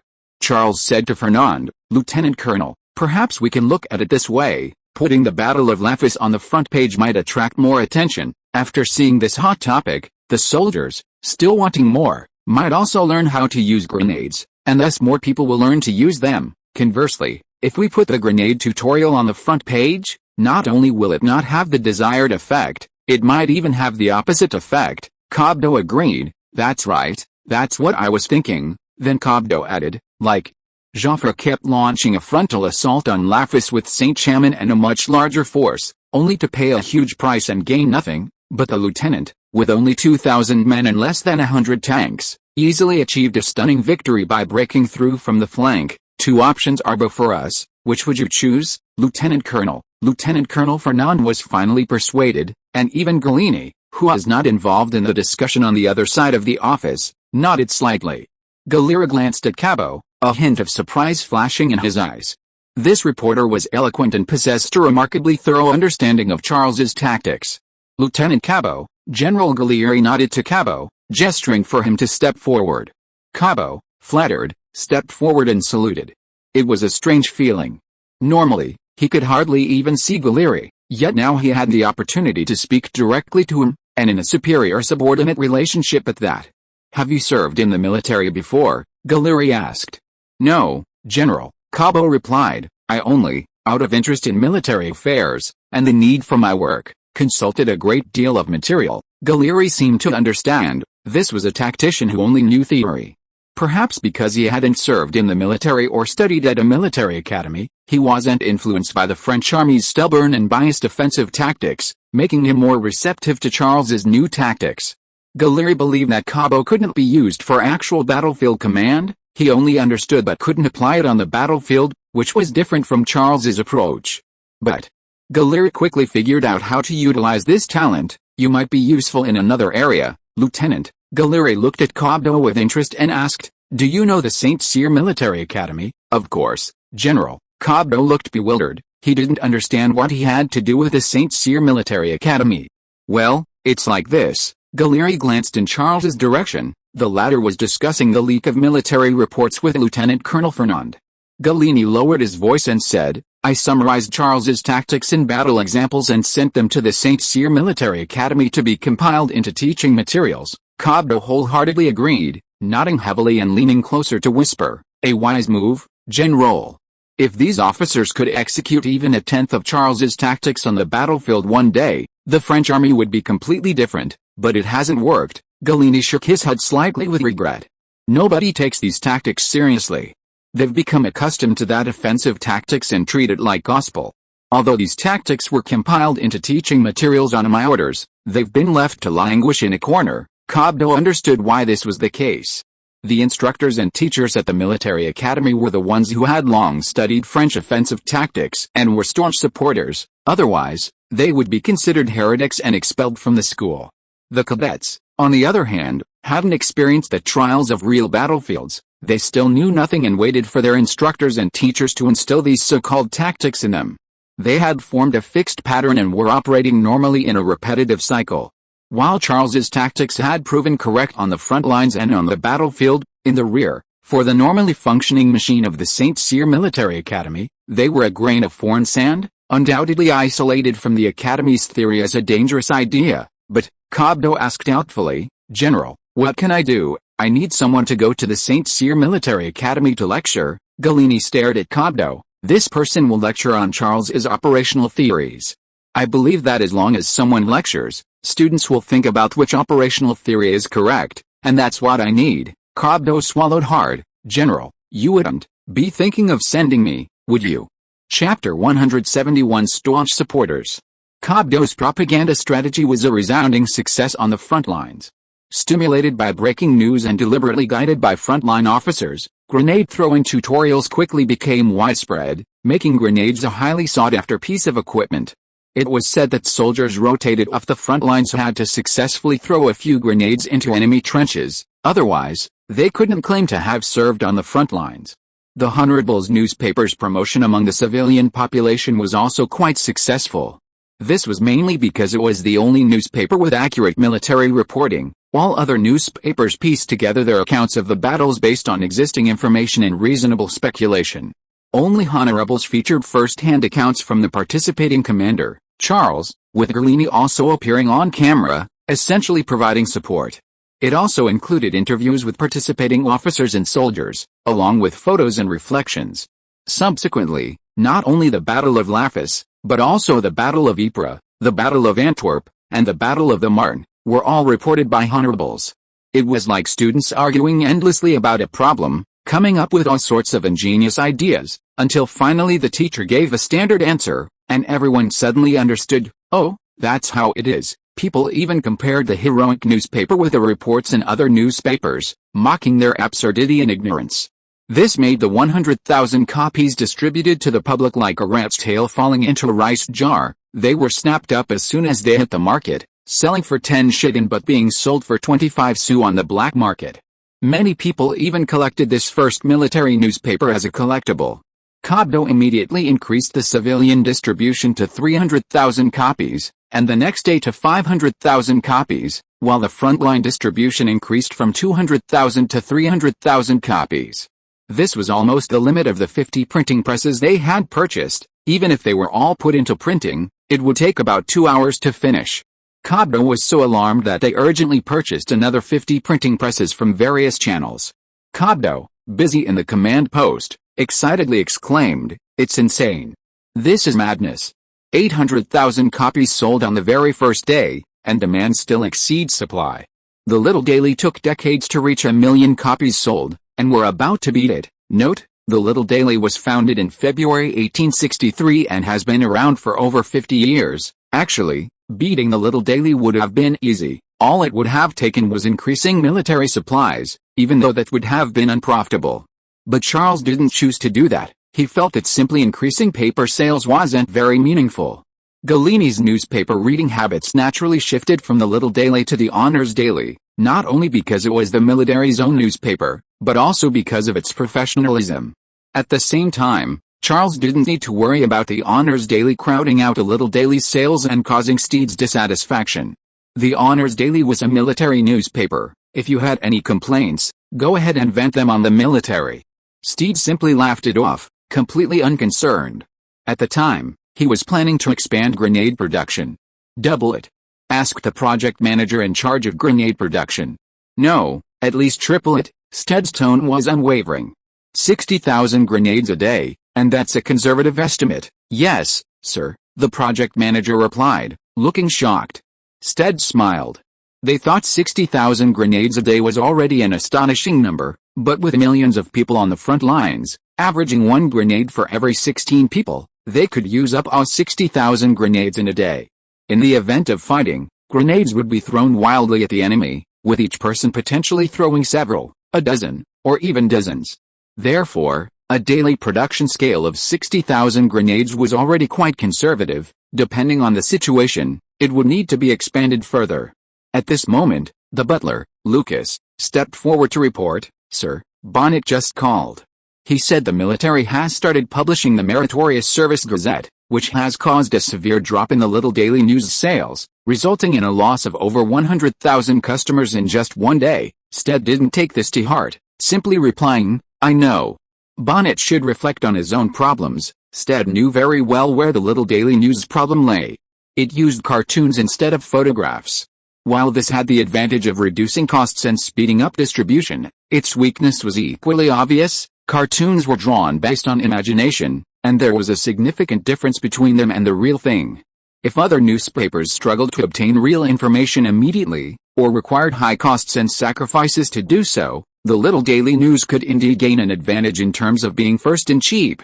But if the competitor was a military newspaper like the Meritorious Service Gazette, with official backing, whose reporters could easily obtain information and even real photographs that were unavailable to outsiders, the Little Daily News' advantage would vanish or even turn into disadvantage, and the Meritorious Service Gazette would deliver a crushing blow. "Sir," Lucas leaned closer, lowering his voice, "Bonnet thinks this is very likely a joint operation between the Charles and the military." Steed interrupted Lucas with a hum, his brow furrowing slightly, his tone displeased. "Tell Bonnet not to overthink things, understand?" "Understood," Lucas replied. He turned to relay the message, but Steed stopped him. Steed stared at Lucas intently. "Tell Bonnet, it's only the military, not the Charles." Steed tapped his finger heavily on the table, emphasizing again, "No Charles. Tell him to keep his mouth shut." "Yes, sir." Steed knew that Charles was involved, and that Charles was building his own power and influence. He wasn't stupid. But compared to the grenades and the potentially huge future profits, what was the Little Daily? Even if Charles demanded the Little Daily, Steed wouldn't hesitate to hand it over. As for the power of discourse, Steed understood that St. Etienne's power of discourse was no longer commensurate with its strength. Power of discourse should be built upon strength, otherwise, it's empty. What good are millions of copies of the Little Daily News every day? It still couldn't control the production of future rifles. Under pressure from Congress, it easily handed over to the United States. Steed understood that what cannot be obtained on the battlefield can never be obtained at the negotiating table. The same applies to partisan struggles. Now, between strength and the power of discourse, Steed unhesitatingly chose strength. It would only make sense to consider the power of discourse when there was sufficient strength to survive and develop in the future. Steed silently lit a cigar, cautiously considering a question in the smoke. Would Charles grow into a formidable opponent like Schneider in the future? No, he would be even more formidable than Schneider. He was a genius combining equipment development and battlefield command, unmatched in the future.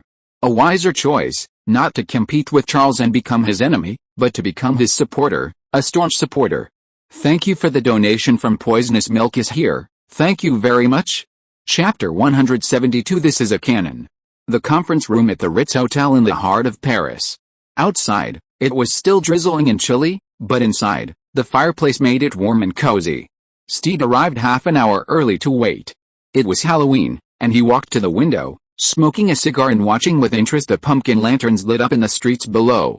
An amusing image involuntarily flashed through Steed's mind, Charles and other children knocking on doors, shouting, "Trick or treat." What would the owner's reaction be? Probably frozen in place, forgetting to give them any candy. Just then, Steed saw a black Ford Model T pull up to the hotel entrance. He realized it might be Joka and Charles's car, and quickly stubbed out his cigar and drew back the curtains to let in some fresh air. This was Steed's first meeting with Charles, and he didn't want to leave a bad impression. Then, Steed suddenly felt nervous. He didn't know whether to sit and wait, stand at the door, or go out to greet him. Finally, he decided to sit back down and pretend he knew nothing, but suddenly felt uneasy, unsure what to do with his hands and feet. Soon after, Charles and Joka arrived. The butler opened the door from the outside, and Joka politely greeted the strangely looking Steed. "Mr. Steed, I'm sorry to have kept you waiting." Steed felt like he'd been granted a reprieve and quickly stood up to shake hands with Joka. When he shook hands with Charles, he was inexplicably excited. "I've heard so much about you, Charles. It's a pleasure to meet you." "It's a pleasure to meet you, sir," Charles replied calmly, glancing at Steed with a hint of confusion. Charles didn't understand why Steed seemed nervous. As the owner of Saint Etienne, he should have seen the world and grand occasions. What was so special about this occasion? Steed scrutinized Charles for a moment before realizing what was going on. He made a sound and walked towards the conference room, warmly inviting the two to sit down, saying, "I'm sorry, I'm only officially meeting my partner today. You know, it's out of caution." "I understand, Mr. Steed," Charles replied. Charles, with his military background, naturally had to avoid suspicion when meeting with Steed, a capitalist, just like Gallieri had done secretly to Charles before. Otherwise, it would easily be seen as collusion between the military and businessmen. This was also why Gallieri could discuss grenade prices and place orders with Charles, but openly trade with Saint Etienne. Everyone understood the situation, but procedurally it had to be done this way to avoid giving anyone a handle against them. The butler served coffee to each of them, surprisingly Algerian style. Charles smiled slightly at the aroma. He knew that Steed had probably made a mistake when inquiring about his preferences, mistaking Francis's favorite flavor for Charles's. Steed added 2 sugar cubes to his coffee, stirred it gently with a small spoon, and looked at Charles with expectant eyes. "I have a favor to ask, Charles. I hope our collaborative project won't just involve hand grenades." Charles feigned ignorance. "But I don't have any other projects, sir. I mean the future," Steed said. "If you think of anything else in the future," then Steed added, "something like hand grenades, or something else, I hope you only contact me, Charles." "I'll even give you a contract for something like hand grenades," Charles calmly replied. "Such a collaboration obviously can't be signed with a contract. Do you think it's meaningful if it's just a verbal promise?" "Of course," Steed nodded seriously. If it were someone else's verbal promise, Steed knew it was meaningless, but Charles was different, even if it was just a verbal promise. Steed needed Charles to give him a commitment, otherwise, he would be constantly worried that Charles would hand over another invention to someone else, which would be a fatal blow to Saint Etienne. Djokovic understood Steed's meaning. His gaze towards Charles held a hint of anxiety, as if to say, "This is Saint Etienne, what are you hesitating for?" But Charles didn't rush to answer. He took a sip of coffee and said unhurriedly, "Mr. Steed, the military recently planned to purchase 105mm cannons from Schneider. Have you heard about that?" "Yes," Steed nodded. The M1913 cannon. Schneider had always had the capability to produce large-caliber artillery, but because the 75mm cannon was so successful, the military only wanted to equip itself with a 75mm, discarding all other artillery. Therefore, Schneider had no choice but to produce the M1910 cannon for export to Russia. Afterwards, Schneider tried to secure an order from the French military to modify it into the M1913, but the military remained uninterested, only symbolically purchasing a few for testing. Steed looked at Charles with a puzzled expression. "But we can't stop Schneider. The military needs this cannon, and we..." A hint of embarrassment crossed Steed's face. Saint Etienne had always focused on light weapons, and couldn't compete with Schneider in heavy equipment, especially artillery. I know we can't change anything, Charles replied. The military will buy this 12-kilometer range cannon to gradually replace the 75mm gun. This was a weakness in the Army's equipment. They needed the M1913 to suppress German artillery, and the 75mm gun's insufficient range was becoming unbearable on the battlefield. But, Charles changed the subject. I think the soldiers on the front lines have other needs, but the military hasn't discovered them yet. What do you mean? Steve didn't understand. Charles turned to Joka, who understood and immediately took a document from his briefcase and handed it to him. Steve turned on the desk lamp, opened the document under the warm orange light, then his eyes widened as he looked up sharply at Charles, before eagerly turning back to the document to read it carefully. Trenches, sir, Charles said casually. Everyone's overlooking one thing. Frontline soldiers need to throw explosives into enemy trenches, just like hand grenades, but this, Steve looked up in confusion. This is a cannon, Charles. Yes, it is indeed a cannon, Charles nodded. But it's a cannon for soldiers on the front lines. Imagine, when both sides are throwing hand grenades into each other's trenches, what will ultimately happen? Steve suddenly understood. Both sides, throwing hand grenades, would naturally want to throw them as far as possible, so that they could hit the enemy while the enemy couldn't hit them. But human strength is ultimately limited. They would eventually need a cannon, a short-range, indirect fire cannon, a cannon that could help them throw hand grenades into enemy trenches, over long distances. Once he understood this, Steve's eyes lit up instantly. He held the document in his hand as if it were a priceless treasure, chuckling like a child. Fantastic, Charles, fantastic. This is exactly what we need. We can compete with Schneider in artillery. Chapter 173 Mortar. The image above shows a large-caliber, short-barreled mortar used by the German army in World War I. It required wheels and was pulled by 4 people, and it could not be disassembled. The German soldiers in the picture are wearing helmets from 1916. The review process has been delayed for a long time. If you can't see it now, see the bonus chapter later. Mortars already existed during this period. The Germans used a large-caliber, short-barreled mortar with a curved trajectory that could fire shells into Allied trenches. However, although it looked like a mortar, it was conceptually completely different. It was actually a curved fire cannon, a gun with a trigger that required charging and was also a breech-loading cannon. On the battlefield, it was equivalent to a fixed gun emplacement, difficult to move. The design provided by Charles is the true mortar, the Stokes mortar invented by the British in 1915. Charles knew that Steed hadn't fully understood. Mortars weren't as simple as he thought. But that didn't matter. Charles didn't need to explain it too clearly. We need to keep its weight under 50 kilograms, Charles gave a brief introduction. In wartime, it needs to be able to be carried by 2 people, and during marches, it can be disassembled into 3 parts and carried by 3 soldiers. Charles then looked up at Steed and asked, "Your arsenal should be able to produce this kind of artillery, right?" "Of course." Steed nodded eagerly. "Of course. It won't take too long." Steed was telling the truth. The blueprints for this artillery were readily available, and its structure was quite simple. In particular, the gun barrel didn't even need a trigger mechanism. It was just a firing pin at the bottom of the breech. If such a simple thing couldn't be produced, then Saint Etienne wouldn't be qualified to cooperate with Charles. "So, you agree to produce this artillery?" Charles asked. "Of course." Steed nodded meaningfully, leaning forward to shake Charles's hand. "I'd be very happy to.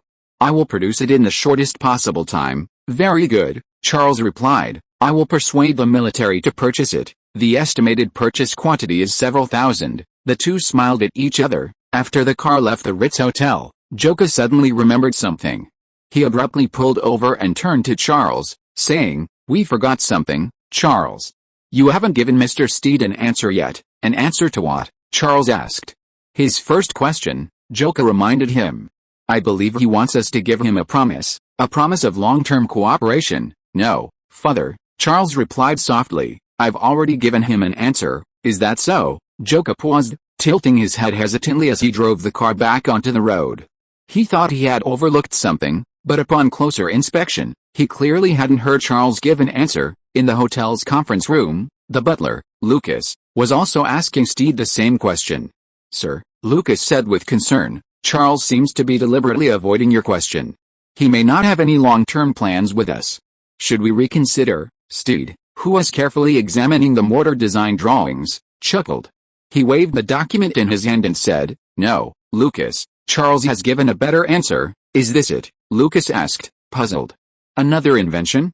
What does this prove?" Lucas worried that Steed, in his eagerness to find talent, might be blinded by this invention and overlook the more important issues. Steed smiled and shook his head. "You think this is just an invention?" "No, Lucas, it's the foundation of our alliance with Charles." "The foundation of an alliance?" Lucas looked bewildered. Steed nodded, explaining meaningfully, "I'm worried about Charles forming alliances with other capitalists, and Charles is equally worried about me joining forces with other capitalists, Lucas. Therefore, there's only one way for us to come together and trust each other." "What do you think it is?" Lucas still looked confused, but when his gaze fell on the cannon design drawings, he suddenly understood. "Producing cannons to declare war on Schneider." Steed chuckled. "You can't say it's a declaration of war. After all, this cannon hasn't directly competed with Schneider yet, but it has already made its stance clear. Think about it, if there were a cannon produced jointly by the St. Etienne Armory and Charles, what do you think others would think?" Lucas suddenly realized, "That's telling everyone that we stand with Charles against Schneider." "Yes." Steed stood up gracefully, smiling and puffing out his chest, saying confidently, "St. Etienne used to be like a terminally ill patient, but with Charles, it's enough to rival Schneider. Just wait for us, James." Lucas suddenly realized that Steed was completely different from the man before the meeting. He seemed much younger. The next day, at the Paris City Defense Command, Charles arrived half an hour later than usual. This wasn't his choice, but rather because the enthusiastic citizens of Paris had somehow found out he was arriving an hour early and had lined the streets to wait for him. Charles had no choice but to be half an hour late, while simultaneously having the message "Charles has already entered the command headquarters" spread, and the crowd dispersed in disappointment. Perhaps this was the romance of the French people. They were willing to spend their time on such meaningless things. Charles's thought was that if they truly loved him, they should donate to him, even if it was just a lifetime salary from each person, enough for Charles to live comfortably. That would be meaningful, or at least cash in on the flowers they gave him.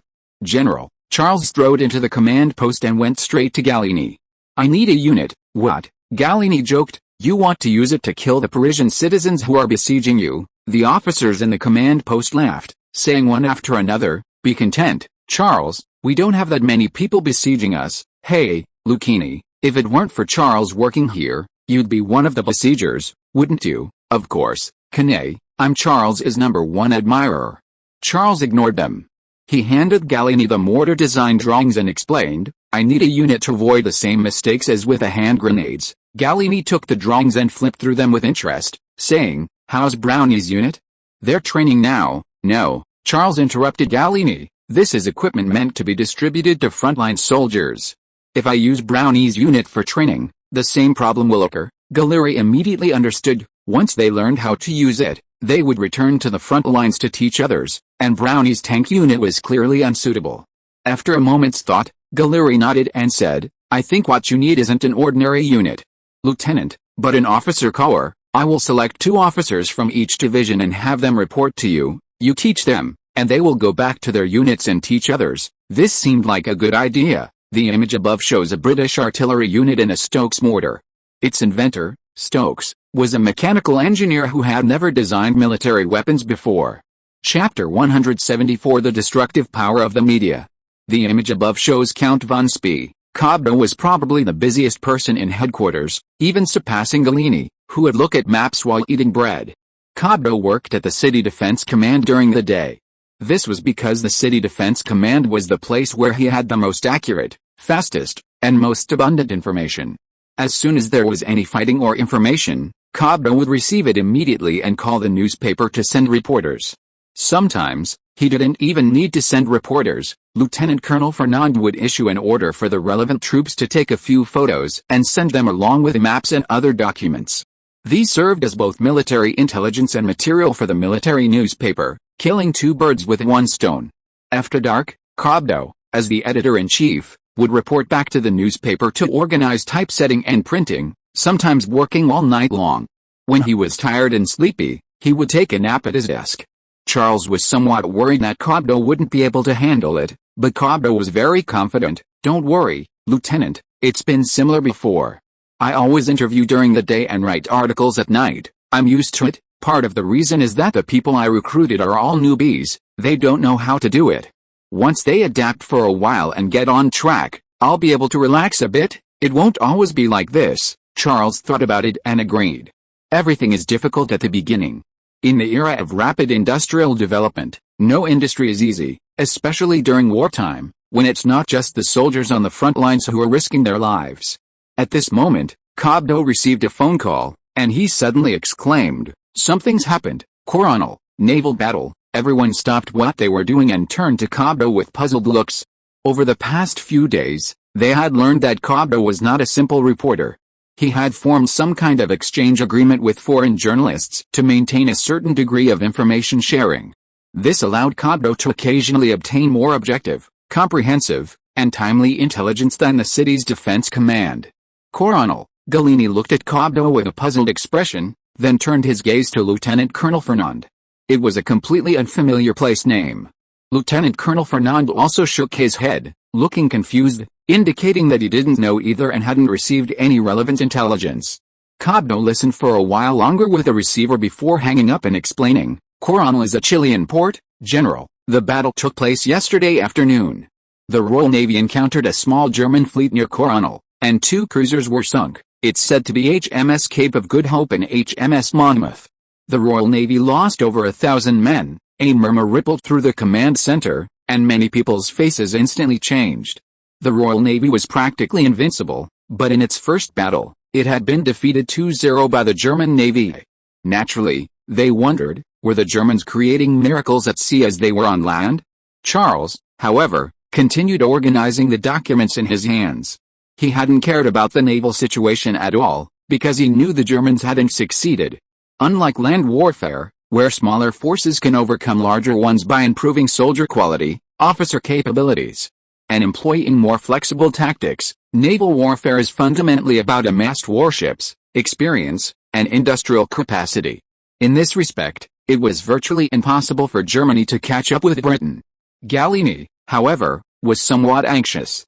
He frowned and ordered Lieutenant Colonel Fernand, "Check with the British." Soon, a telegram arrived from the British, confirming the facts. It was a German naval fleet stationed in overseas colonies. There were 8 ships in total, and 4 of them, led by Count Spee, had appeared at Coronel. While the staff officers in command were discussing amongst themselves, Charles, without even looking up, casually remarked, "Don't worry, this German fleet will ultimately die at Cobdo's hands." The staff officers laughed in unison. Cobdo, somewhat embarrassed by the praise, assumed Charles was joking. Galleri initially thought so too, believing the young man might be traumatized by the recent harassment from reporters and admirers. But upon closer reflection, he realized Charles's words held a deeper meaning. Galleri was right. Charles knew what was to come. The German Navy's success stemmed from their consistent efforts to conceal their movements, even resupplying in neutral ports in small, individual batches to avoid detection. In an era without radar, advanced aircraft, and widespread radio coverage, pinpointing a fleet's location on the vast ocean was incredibly difficult. However, this victory shattered that illusion.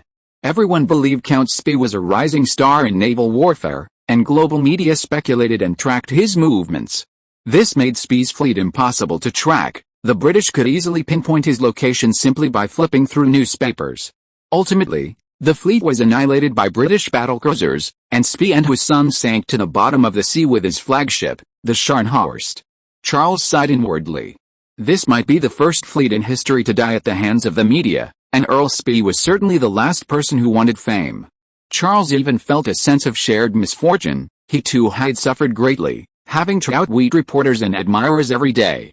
Perhaps one day he would end up like Earl Spee. Bah! Good luck. The next day, although it was still drizzling, Charles decided to go to the flying club. The pilots had changed into their uniforms, while second lieutenants as the contract stated. Their way of addressing Charles had changed. They no longer called him by his name but by his rank, but their tone remained unrestrained. "Hey, Lieutenant, I heard you won another battle. We saw it from the sky. The tank unit looks awesome. When can we drive a tank? They look much sturdier than airplanes."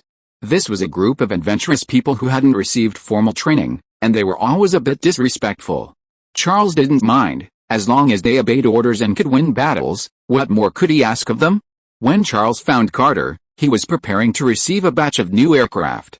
Seeing Charles, Carter immediately put down what he was doing and saluted. "Lieutenant, it's a pleasure to see you." Charles asked, "How's the airport?" "Everything's going well, Lieutenant." Carter turned his gaze to the busy pilots and ground crew. "Quite impressed. We've never had so many planes and men before. Now, I plan to replace all aircraft with Avros, even the reconnaissance planes, and use the other types for training." Charles nodded. This would obviously make combat more efficient, and Carter's management was indeed reassuring. However, Charles still reminded him, "Have you considered that you might need more preparation?" Carter asked, puzzled. "What do you mean, Lieutenant?" "We're either patrolling or bombing enemy balloons right now. It seems we don't need much preparation." The image above is of the Scharnhorst, recommended book by a friend. I Was a Prince in France. Welcome to read, a historically accurate and exciting read. I'm in France, just arrived at Versailles, and am the Crown Prince. The only problem is, the current king is Louis V, who will be overthrown in 2 years. Since my father and ministers are unreliable, I'll have to take matters into my own hands and reform France. First, I'll make a little money to solve the financial crisis that has plagued the country for centuries. Then, I'll give a good beating to the ambitious nobles who are plotting to seize power. Next, I'll confiscate the vast lands occupied by the church that they've been living off of their wealth. Industry, technology, agriculture, and commerce will all advance simultaneously. I am the greatest crown prince of France. That year, when England rallied its allies and invaded, I directly took his island. That year, I set my sights on all of Europe. The feat that Napoleon failed to accomplish, I will do. Welcome to Read and Enjoy. Chapter 175. Then let's buy a team.